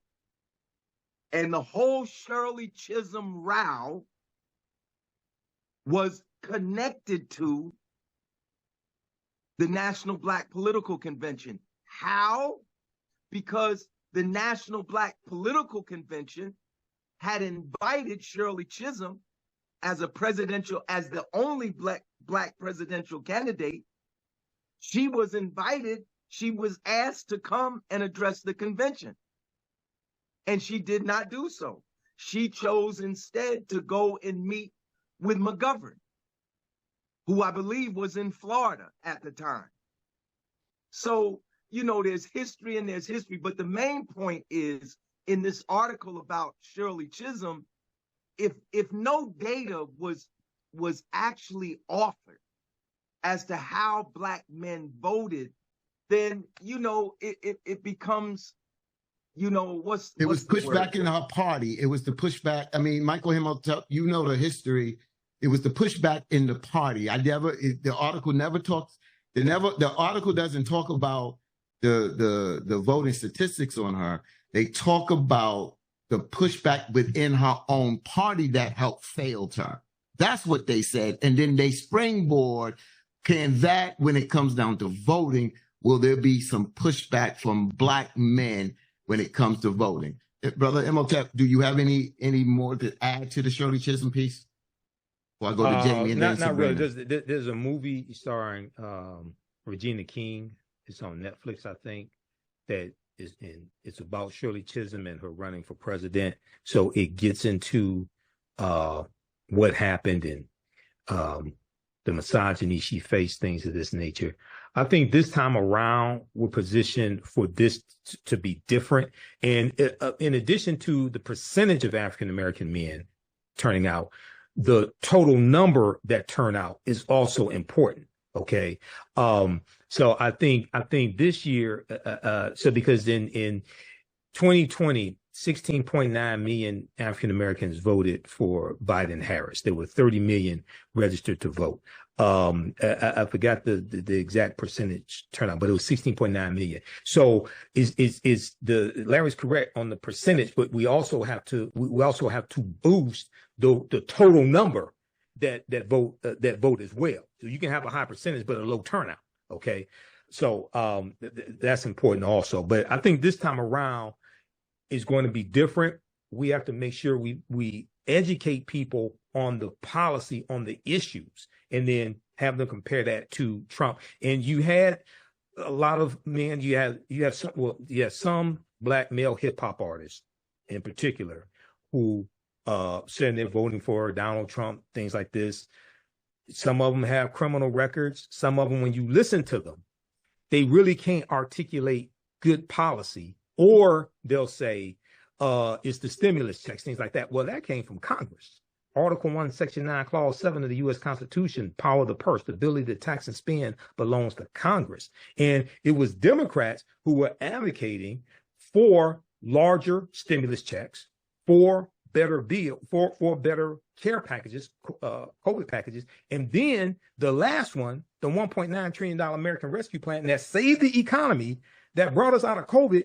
The reason why it passed the Senate was because Vice President Kamala Harris, the Black woman, was the tie-breaking vote. So I don't know how they can give Trump credit for a bill that he signed when Democrats made it better, but don't give Democrats and Vice President Kamala Harris credit for a bill that they wrote. Republicans didn't write the $1.9 trillion American Rescue Plan. Democrats got to take credit for what you did. And this is something I've been saying, because a lot of Americans can't name 5 things in the American Rescue Plan, because it was so close. It was at the beginning of the Biden-Harris administration. So they just lumped that into the other COVID packages. Yeah. That was all Democrats. Yeah. But Brother Imhotep, real quick, we also complain about the Democrats' messaging is horrible too. Their messaging is not the greatest out there. So that's that. I'm going to get Jamie in here. I think it's getting better now. Right now, and that's what I'm saying. Sometimes there can be a change and a shift that you never seen coming that can make things and go uphill and get better. And the things that we complained about, we can start to check off some of those boxes of those things that we address and get better at. And that's why we got to be more optimistic than pessimistic. That I see that pessimism there that just bothers me. But let me just say this, the PBS piece that I'm talking about is called Chisholm 72. And it's in 1968, Shirley Chisholm becomes the first Black woman elected to Congress. In 1972, she becomes the first Black woman to run for president, shunned by political establishment. She's supported by a motley crew of Blacks, feminists, and young voters. Their campaign trail adventures are frenzied, fierce, and fundamentally right on. And the reason why I promote a lot of PBS, because a lot of their programming is dead on, spot on, especially when I watch and learn so much from the eyes on the prize. From the eyes on the prize. You understand? With that being said, let me get Jamie in, then Sabrina, and then we'll wrap this up. Jamie? I wholly am aligned and agree with Larry's salient points. This is another way to divide. This is another way to weaponize, right?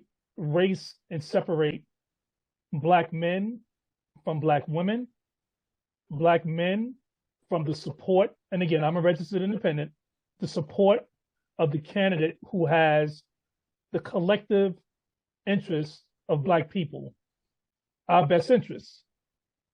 It is irrelevant from a standpoint of what is taking place today, what took place in 1972. I think it's instructive from a historical perspective, but the zeitgeist is completely different. And we have to focus and laser in on the zeitgeist of today. As Imhotep pointed out, and he stated exactly what I was going to state, Larry was very clear and precise with his percentages, but it's about the turnout. Where Imhotep is in Detroit, in Milwaukee, in Philadelphia, the surrounding area, Black men were essentially blamed for Hillary Clinton's loss because of a lack of voter turnout amongst Black men in the 2016 election. That became the narrative, right? Although the percentages were high. Oh, well, 88% of Black men voted, but not enough for you turned out. Well, on this platform, we always talk about the importance of voter turnout. But when we essentially ascribe Hillary Clinton's loss to Black men in 3 states and in 3 urban areas, then that's a false narrative. And then Black men certainly are saying, well, we came out to vote. And so if you are not going to speak directly to us, and Kamala Harris has to do that, it can't be in generalities, it has to be in specifics, how the economic platform and how the platform in general will benefit Black men and why Black men certainly will support that platform, then yes, she may not get the number or the percentage of turnout that they're expecting or that they're hoping for. I don't think that to be the case. Black men are going to support Kamala Harris. People are seduced and swayed by celebrity, by public figures on social media, as Imhotep said, the disinformation. And listen, man, most people are going to look at what is affecting them. As Imhotep said on a radio show this morning, the kitchen table issues. And the Democrats can win on those kitchen table issues. We talked about student loan forgiveness. The collective student loan debt is 1.7 trillion. Donald Trump added 7.8 trillion to the federal deficit, to the national debt. Those are the points that need to be made and emphasized and repeated. And I think the mantra, right? And I think this essentially what has become the rallying cry, we will not go back, will resonate. I think that was brilliant because we will not go back. But let's not go back to 1972 either and talk about how Black men didn't support Shirley Chisholm. Larry was at the Gary Convention. Larry was a 1972 delegate at the Democratic Convention. He just gave you a firsthand account. A firsthand account. Black men will come out. Black men will come out in Detroit. Black men will come out in Milwaukee. Black men will come out in Philadelphia. But Kamala Harris and Walz have to speak directly to Black men. I appreciate that. And like I said, I just turned from a viewer said, this is a conversation, just like when Jennifer raised about would white women support a Black candidate, a Black female candidate. It's a conversation that needs to be had. It's not a conversation. Well, one thing we're not doing in this time is not running from it. I hear what you're saying, Jamie, and I'm not agreeing. Let me finish. This is important. What Larry talked about, and we have to give credence to what Larry said. Trump is an isolationist, and Trump has isolationist policies. But we can't dismiss those isolationist policies because geopolitically right now, the Democrats have to seize control of not just the narrative, not just the portrayal, but the actuality of what's taking place. We keep sending money to Ukraine, we keep sending money to Israel, yet we call for a ceasefire, right? Trump's isolationist policies appeal to a broad demographic, not just MAGAs, but it appeals to Black people, it appeals to Latinos, it appeals to white people because of the personal economic struggles that people are having. And people are saying, well, if you can send money to Ukraine, you can send money to Israel, but in our communities, we don't have access to capital. We don't have access to clean drinking water, right? We're looking at our crumbling infrastructure, even though Biden certainly passed the infrastructure bill that Trump talked about all 4 years and didn't pass. But the Democrats, and I agree with Michael, are getting better at messaging, but they have to be even better, right? And they can't speak and intellectualize it. Yeah. Speak in common terms. No, hold on, Patino, don't cut me off. I'm not, but yeah, but I thought you was coming back on this topic. You wanted another topic. I am, but okay. It's important because you talked about messaging. Speak in very common, clear, pointed terms. You know, when Sarah gets on TV, I'm watching them, you know, it's like a dissertation. Speak to people directly, clear, common language, which Trump does. He dumbs it down, but the Democrats have to understand. You can't intellectualize this too much. You have to speak to people's hearts, and it has to be visceral. Yeah, and I agree with you. I'm not going to say that. We wasn't getting that from Biden. He's a great job before. We wasn't getting that from Biden. Now you're right there. And just to go back on the Shirley Chisholm thing, remember, she was not the Democratic nominee. That's what I'm saying. She was upset in her party by a lot of her colleagues, specifically Black men at that particular time. You're right, Jamie. Times have changed, but has mentalities changed? So we'll see. Again, that's not, you know, this is a discussion. Let me bring in Sister Sabrina on that. But remember, who was it? It was McGovern. It was McGovern that became the nominee in 1972 for the Democratic Party. Sister Sabrina, your comments on this article. Sure. So the way that I think about it is, who's the messenger? And when I look at newsrooms, I mean, the reason why the National Black Association of Journalists exists is to advocate, to have voices, decision-making, editorial participation in the angles, the so-called news that they dump on Americans or people in general to believe and consume. And so those two reporters probably didn't even write that headline. It was an editor that, according to presswatchers.org, are absolutely committed to white dominant culture and are not committed to diversity in the newsroom. So the reporters don't decide on the headlines. Really, they had probably some other editors that don't look like any of us to re-edit the article that they initially submitted. So this is my angle on my point on that. Did they write an article on, are the white women going to support Vice President Kamala Harris? Is this the same newsroom that continued to levy the drum beat for the Iraqi war and the assault on the genocide that's going in Gaza? Is that it? And is this supposed to be reflective of all Black men? How many Black men did they talk to?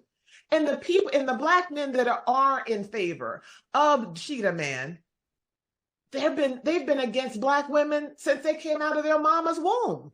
Seriously. And probably, and like Imhotep said, pull back the layer, and they're probably in some basement in another country. So I reject any frames, any article, or the Black men going to support the Black women like the Black men. And particularly if it's coming out of a newsroom that don't look like any of us. So I reject it totally. And I also reject continuing to ignoring voices. When, I believe that you ignore voices at your own peril. You don't have to agree with them or whatever. And when Larry brought up in terms of the uncommitted, Minnesota has the largest group of uncommitted. We're talking about 43,000 delegates. Voters that voted uncommitted in Minnesota. I say to everybody, don't ignore. We can't afford to lose any while advocating for the issues that you care about. We can't afford to ignore any voices. And when 70,000 votes. 70,000 votes was the difference between Hillary Clinton winning and and Trump winning. 70,000 votes in 3 states and 3 urban areas: Detroit, Milwaukee, Philadelphia, those surrounding areas. So 100,000 votes, as you pointed out, and Larry pointed out, are critical. And we can't ignore that. We can't ignore that. And so when, you know, I tried to digest very little of the 24-hour cable networks, because they say the same old thing all the time without getting into the voices in the section. The black men like the black women, the black women. You're interviewing, or so-called interviewing, people that have a demonstrated hatred of either black women or black women that hate black men.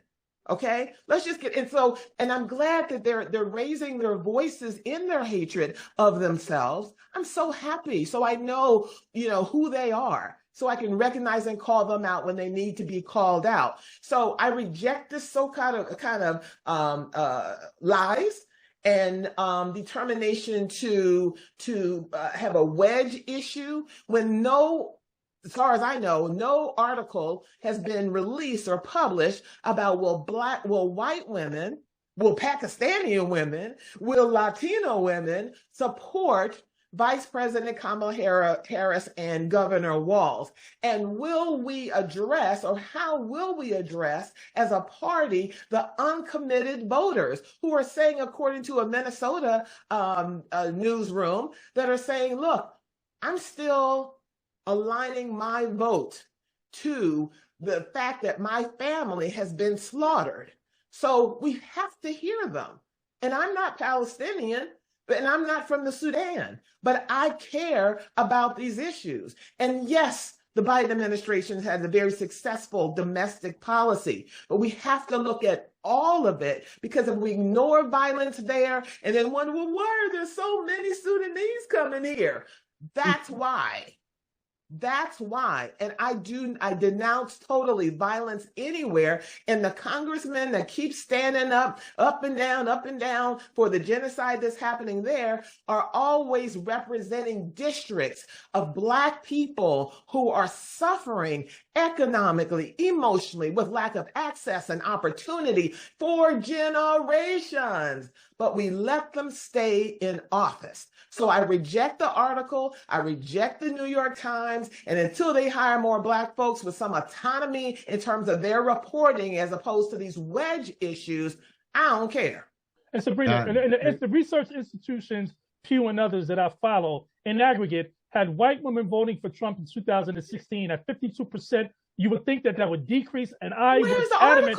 And I was adamant that it would in 2020. I was dead wrong. The percentage went up to 55% in 2020 in the vote. Where's the article? 52%. Yeah. Jamie, where is that headline? Where's that headline? Yeah. So I want that article. And this is why. Why didn't those editors' wives vote for Hillary Clinton? Yeah, and let me just say this.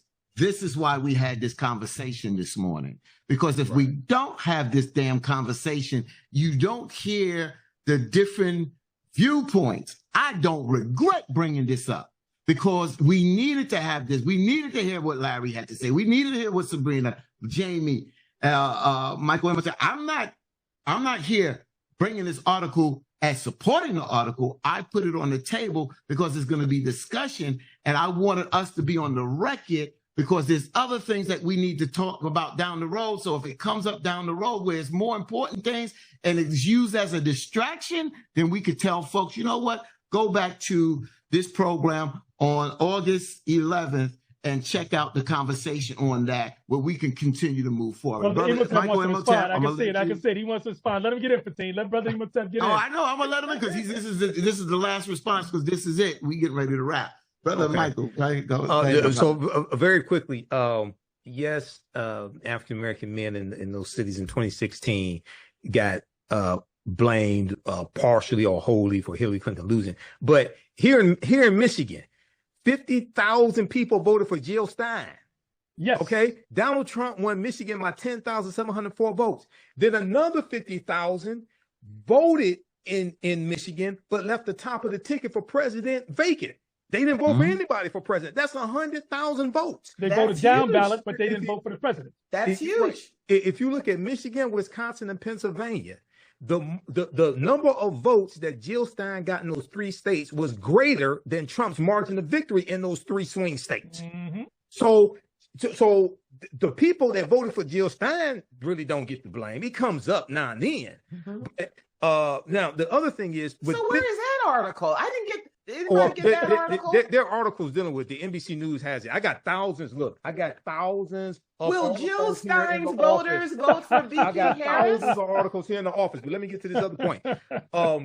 This piece here from today from the New York Times is dealing partly with how African American men are rallying behind Vice President Kamala Harris to support her. Headline? That's today. That's the article. It's the article. The name of the article. The name of the article is Black. I reject their version of it. The name of the article is Black Men Rally. Exactly. Kamala Harris and confront an elephant. Exactly. Sabrina, you can reject it, but it is a positive article. The elephant in the room. What does that mean? It is an elephant in the room. Let me explain to people. No, it's not. I have 1 million followers on my Facebook fan page, the African History Network. I got 75,000 followers on my YouTube channel, Michael Imhotep. I see the posts coming, and I see people posing to be Black men on social media. That's maybe right. some are, maybe some are not. But I saw this when she was running in 2019. Exactly. I saw this when it is not a reality when you reality. Sabrina, it is not. It is not a reality that you don't know who the post is. Let Brother Michael finish. Let Brother Michael finish. I saw this when she got the nomination to be vice president in 2020, and then people putting out a lot of misinformation about her on social media. Yes. So I'm not saying all Black men or most Black men feel that way negatively about her, won't vote against her, but won't vote for her. But what this article is focusing on is how Black men are rallying behind her. Yes. And at the same time confronting the disinformation and misogyny out there, which needs to happen, because I was on the call with 20,000 men, 20,000 Black men win for Black men, and this is one of the things we were talking about. Exactly, we were there. We said over and over again, look, we're gonna have to go to bat for her. We're gonna have to protect her. Yes. We're gonna have to deal with the disinformation out there, and some of the disinformation is coming from elevated rappers and entertainers. Some I never heard of, but go ahead. Some of them half Black, like Amber Rose, who doesn't even want to. Lil Wayne. Lil Wayne. People. Yeah, come Lil on. Wayne got a part. They're probably not even registered to vote. But what I'm saying is there's also a concentrated bot targeting of our community. That's true. That's true, Sabrina, but you can't ignore this neither. I can just say, Michael, this is a bot. Michael, Michael, what I'm saying to you, and you can ignore me as you want to. The bottom line is the reality of a conversation. And you already experienced it's like that whole thing with the Biden. What I'm saying is that there's a concentrated movement from different parts of the world, that you peel back the reality of who these accounts represent, and they're bots, they're computerized bots. That's what I'm saying. So that's part of the disinformation campaign. Yes. What they do is they influence real Black, some real Black men on the ground level, who many times are low information voters. Yes. But if it wasn't, wait. But if it wasn't a situation, then why did it become a topic on our call that Monday night, Michael? Because it is a concern. Yes, it is a concern. Let it be a concern. This is another concern too. Yes, they want to get it. All of it's a concern. But I'm saying to us that there's also misinformation, and I don't trust New York Times in that take what their thesis as carte blanche, like, oh, okay, there must be an elephant in the room, when all these Black men are showing up and showing out in support, not of her, not of Vice President Harris. It's the policies that they see that they can be invested in or connected to. I hope we're not voting into representatives who they represent, but with the policies that can be demonstrated. That's what I'm saying. All right. Well, God, and it's cool. It's cool. Yeah. We have this disagreement. We had this disagreement about Biden before. So it is what it is. You know, I'm just saying that it is a conversation. I've had this conversation in real time, and it's and what Sabrina's saying is also right, that there are bots out there. She schooled me on something that now I've learned. But I do know that what we talked about on that call that night was real. I watched arguing with some people out here. I'm not going to call their names. They're not on this show. They're not on this show, but they're friends of mine. And we debated on how they was coming out with the support for Judge Ketanji Brown when she was nominated for Supreme Court Justice, and how people, some of our Black men seem like they have an issue sometimes supporting Black women. This is just a conversation. And there are Black women who are vehemently against Vice President Harris. Of course, we know that. But that's what I'm saying. The framing of this, that the elephant in the room only rests with Black men. And I reject that. I'm saying that there are Black women publicly that are denouncing or their support of Vice President Harris. But let me ask you this. But that's fine, Sabrina. But that's fine. And your question is right. Where are those articles? You just can't see the men being demonized. But if it's still an issue, you could say, okay, I can see this still being an elephant in the room, but it's not the only elephant in the room. Where are the other articles? Where is that article? And where is the complete, there's a Christian national Christian movement in this country, particularly in the South, that does not embrace, does not agree with women leadership on the church level, definitely not on government level. And there are women that are supporting that. They only co-sign male leadership. And Sabrina, where's that? We holding right there. Christian national movement. Because we're gonna have to. We gotta have our go around. Jamie, you can say that in your closing, because we got to get out of here. We got to go, guys. I got my brother over a half hour, so let's have our closing thoughts. Jamie, just say that thought to your closing. You can add that to your closing. Michael Imhotep, first of all, thank you, my brother. Give out information. Thank you for letting us yell at you. Thank you, brother, for joining us on both shows. And, thank you for all the great work that you do out there on your programs, as well as your website, doing out there with Roland Martin on Unfiltered as well, man. And I appreciate our friendship, my brother. Thank you, my brother.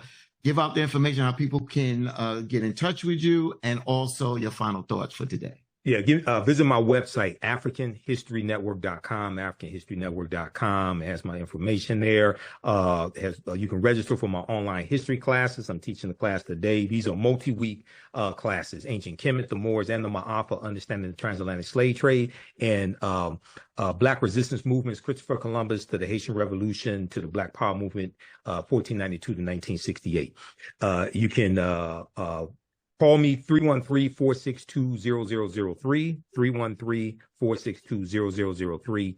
And listen to the African History Network show Sundays. We'll be on today, 7 p.m. Eastern Standard Time with Reese Colbert to deal with the disinformation floating around about Vice President Kamala Harris. But I want to thank you all for this platform. I'd like to come back whenever you want to have me also. Okay, so. Brother, you'll be back, my brother. Okay. We'll just stay in contact, and we'll get you back time to time. Yes. Jamie, you're going, let me just say this. Thank you, brother. Don't go nowhere yet. Let me just say to Jamie, you're going to hell, Jamie. You know why? I say it because me and Sabrina going at it, he couldn't hide his face from laughing.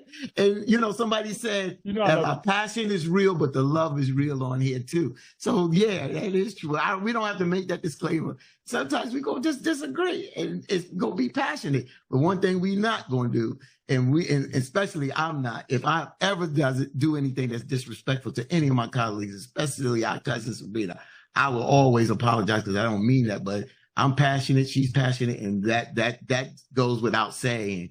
We love one another, but there's times when we have our opinions in agreement, we're going to push, and we supposed to. With that being said, cousin Sabrina, your final thoughts. Michael Imhotep, would you repeat your telephone number, please? Are you sure you want to share your phone number? Because he already did it. It's all right. Yeah, 313. Oh, you did? Yeah, 313-462-0003. Yeah. And people can email me through the website also, AfricanHistoryNetwork.com. They can email me through the website as well. I've given out my number for 14 years. So. Okay, all right. That's not my main number. Okay. Well, I have your Social Security number. I'll give that out. That's the business line for the African History Network. I just, we always have this conversation and really appreciate our cousins in the chat. They're very committed and supportive of this conversation and work, and they add their own insights, is that, you know, the more focused, unified, and educated, you know, with a political defense, as Michael Imhotep says all the time, the better that we will be. We have to address the unheard voices. We have to just, you know, understand when a distraction is coming for you or your attention. What's not being talked about in New York City is a high rise of not only COVID, that, you know, CDC is tracking COVID. It is increasing. Please wear your mask if you choose. Sabrina gonna wear a mask, but also there's a high rash of deed theft in this city, where people will go down to City Hall, the Agency of Finance, and change the deed on your property.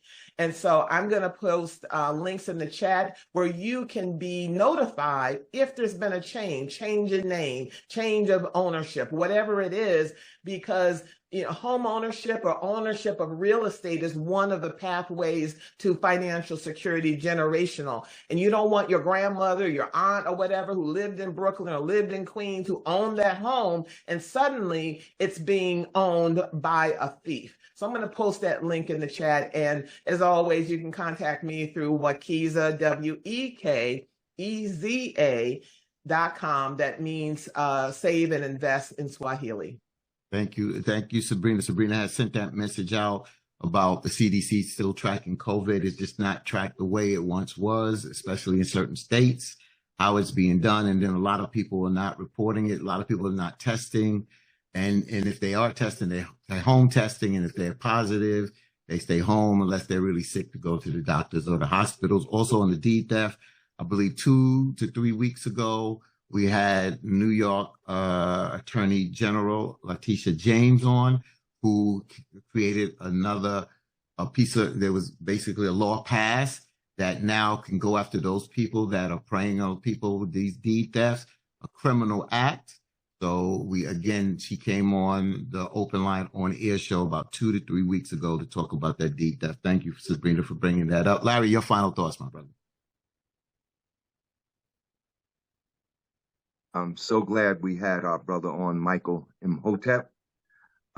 He certainly exemplifies his name, the great Imhotep of ancient Egyptian antiquity, was a Renaissance genius, and that was reflected here on this program this morning. And I look forward to his return on future programs. Good move for team. Good move, Captain. Thank you, brother. A friend of mine told me this week that at St. James AME Church, where Reverend Slaughter is the pastor, they have a social action committee, and that Reverend Slaughter in church told the head of the social action committee that for every Sunday from now until the cutoff date, he wants a table set up by the door, and that voter registration will be done at that church every Sunday. I thought that was a good idea. I hope that people will try to replicate that effort, because as active as we know that many church people are, there's still a lot of folks that are unactive and not registered. And, you know, a lot of people are registered, but the Republicans are trying to purge a lot of us from the rolls. So even if you registered, check your registration, make sure your paperwork is right, so you don't have any disappointments when you go to the voting booth on November 5th. But I would urge other churches, if they haven't done so already, to do voter registration every Sunday on the way after, as people are leaving the church during service. The other thing is, there's some things I think the Biden administration should do, I think would help them win the election. We've been trying to get H.R. 40 passed for almost 40 years. I think the Biden administration through executive order, should go ahead and just set up a reparations commission through executive order. Because that's what H.R. 40 would do. It's set up a commission to make recommendations to Congress on how reparations should be made to African Americans that are the descendants of those that were enslaved in this country. I think Biden should go ahead. If he was to go ahead and appoint a reparations commission, I think that would help him get more black votes. With regard to the murder of Sonia Massey by Officer Grayson, who trying to get out of jail. He was denied pre-trial release this week. I think the president should set up a national commission on police brutality, do the same thing, make recommendation on remedies to eliminate police brutality in the United States. Because since the murder of Michael Brown, the number of police shooting deaths has increased every year, each year with more deaths than the previous year. Up to this year, last year, 1,332 people killed by the police in this country. And lastly, I think if the Biden administration made a phone call the way President Reagan did to the prime minister, I think Reagan made his phone call to Menachem Begin and said, if you continue along this path, we're going to cut off aid. And Menachem Begin ended that aggression against the Palestinians at that time. I think President Biden should bring down the hammer and say this has to end because you're getting ready to drag the whole world into a conflagration. If he did these three things, I think that he would definitely nail down victory in November. Thank you, Brother Larry. Let me just thank our producer, Knowledge Born. Thank our special guest, Michael Imhotep. Thank our cousins in the chat, and especially our team members that are here, Jamie Harris, Larry Ham, cousin Sabrina Lamb, and Bobby Childs, who is off today. Jamie, you can finish that thought, and you can close us out, my brother. Sabrina, I just wanted to say that Christian nationalism is a euphemism for white supremacy. Mm-hmm. So Christian nationalists are white supremacists, and they're one and the same. I want to say justice for Breonna Taylor, justice for Sonia Massey, justice for the Spivey family, justice for all of those who, Larry, for decades, you have been fighting for on the front lines, sweating, toiling, putting in days and hours and years of work and protests, meeting with elected officials, meeting with families. It doesn't matter whether you are of African descent, whether you are of European descent, Asian descent, Latino descent, the innocent and flagrant and tragic murders of people by officers charged to protect and serve has to end, and they have to be held accountable. As I said, there are over 700,000 law enforcement officers in this country. An overwhelming majority go out every day and try to do their job with probity. But then you have the Graysons and the Derek Chauvins and others, and they have to be brought to justice. Fatin, it's going to be very interesting, the Democratic convention. Momentum, it is palpable, but there's still so many days left. There are going to be debates. There are going to be issues that will arise. There could be, as Eitan Edwards has predicted, a terrorist attack here in this country, or one that is targeted at Americans that could impact the election. And so there's so many variables and so many factors and so many unknowns. But we have to continue to do what we do, getting the message out. Brother Michael, I am honored. I follow you and I followed you as well to have you on today. Hopefully you'll come back with us. You have educated us. And to our family, our viewers, who aren't our viewers, they're our family members, you continue to inform and educate us as much as we hope that we inform and educate you. And Brother Michael, when you are giving your lessons on Christopher Columbus and colonialism, please note that beginning in the late 15th century, going into the early 16th century, the colonialists led by Christopher Columbus murdered and eradicated 90% of the indigenous population in the Western Hemisphere. Think about that. 90% of the indigenous people were killed by colonialists led by Christopher Columbus. And on that note, and let me congratulate the women's basketball team. We were on today. I DVR'd it, so I'll watch it after we get off. They won by 1 point. They beat France by only 1 point to win their 8th consecutive gold medal and 61st straight game. And this was the toughest of them all. So respect to France, men and women. Y'all brought it, but the United States prevailed. And so what a great Olympics. It was truly, I wish I was in Paris, but for those that were there, I'm sure they enjoyed it. A remarkable Olympics. And, kudos to the city of Paris and all those who helped organize and lead and run the 2024 Summer Olympics. And lastly, Brother Michael, you are in Detroit. I want to say, my dear brother Rob Parker, we talk about entrepreneurship. We talk about Black economic empowerment. My brother Rob Parker founded the first all-Black sports radio station in the nation right there in Detroit. Sports Rap Radio. Rob, who has been my dear friend and brother for decades, remarkable job. But you will be hearing Bobby Charles and me on Sports Rap Radio soon. Okay. We will be doing shows on Sports Rap Radio, so we will certainly reach out to you, Michael, so you can listen to us. Okay. And so, again, man, very, very near and dear, Detroit, to me, and keep doing what you do. And with that being said, thank you. In the words of the immortal Bob Slade, get your mind right and keep a good thought. Thanks for tuning in. All right, take care. All right, thank you, Brother Michael. Thank you, team, Jamie, Sabrina, Larry, and our cousins. Have a great Sunday, okay? Peace. All right, peace. To visit our website, AfricanHistoryNetwork.com, AfricanHistoryNetwork.com. Register for the online history classes that I teach on Saturdays and Sundays. Register for the online history classes that I teach on Saturdays and Sundays.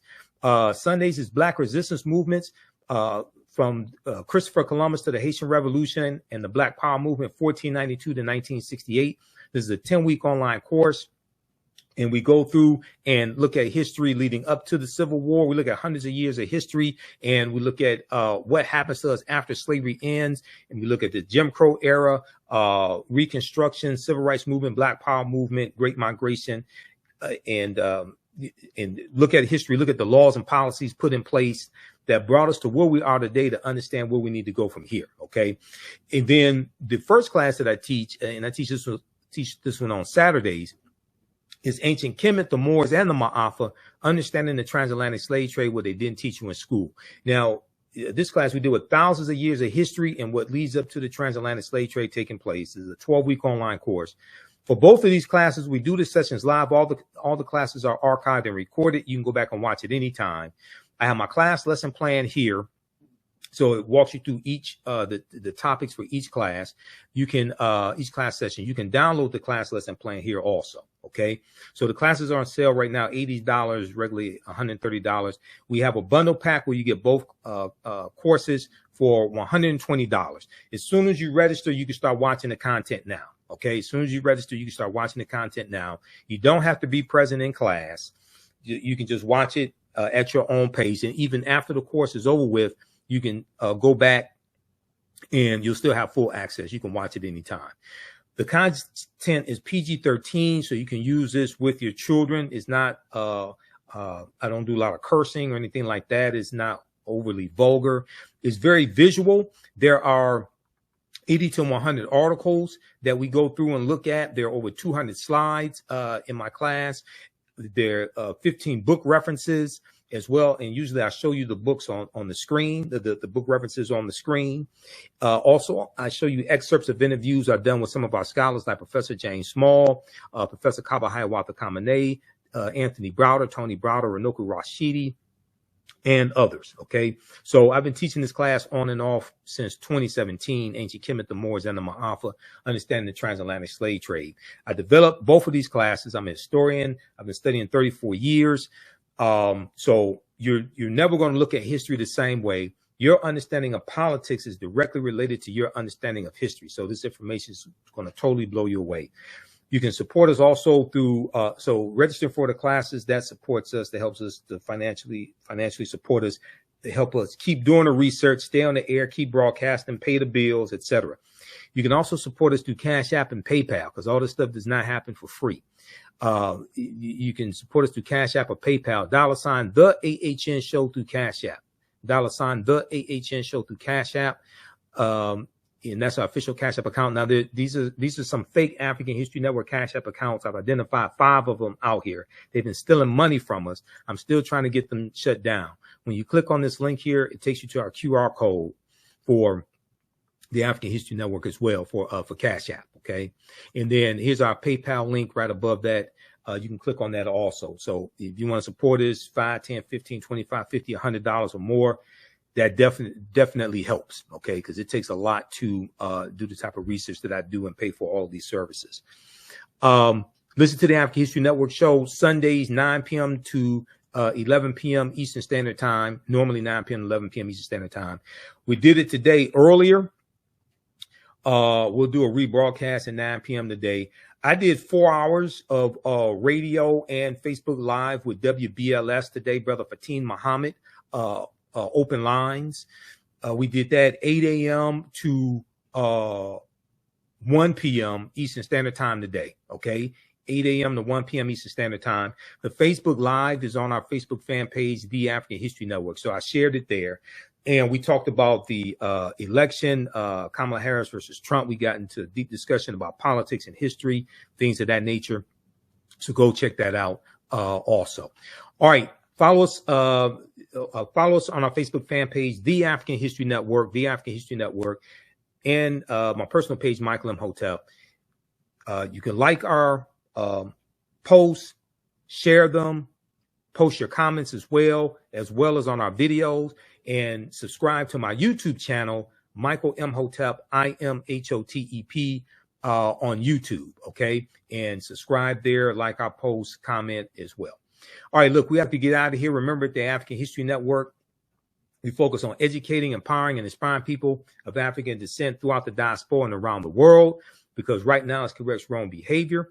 Watch me Fridays, 6 p.m. to 8 p.m. Eastern Standard Time on Roland Martin Unfiltered. Hopefully he'll stop interrupting me.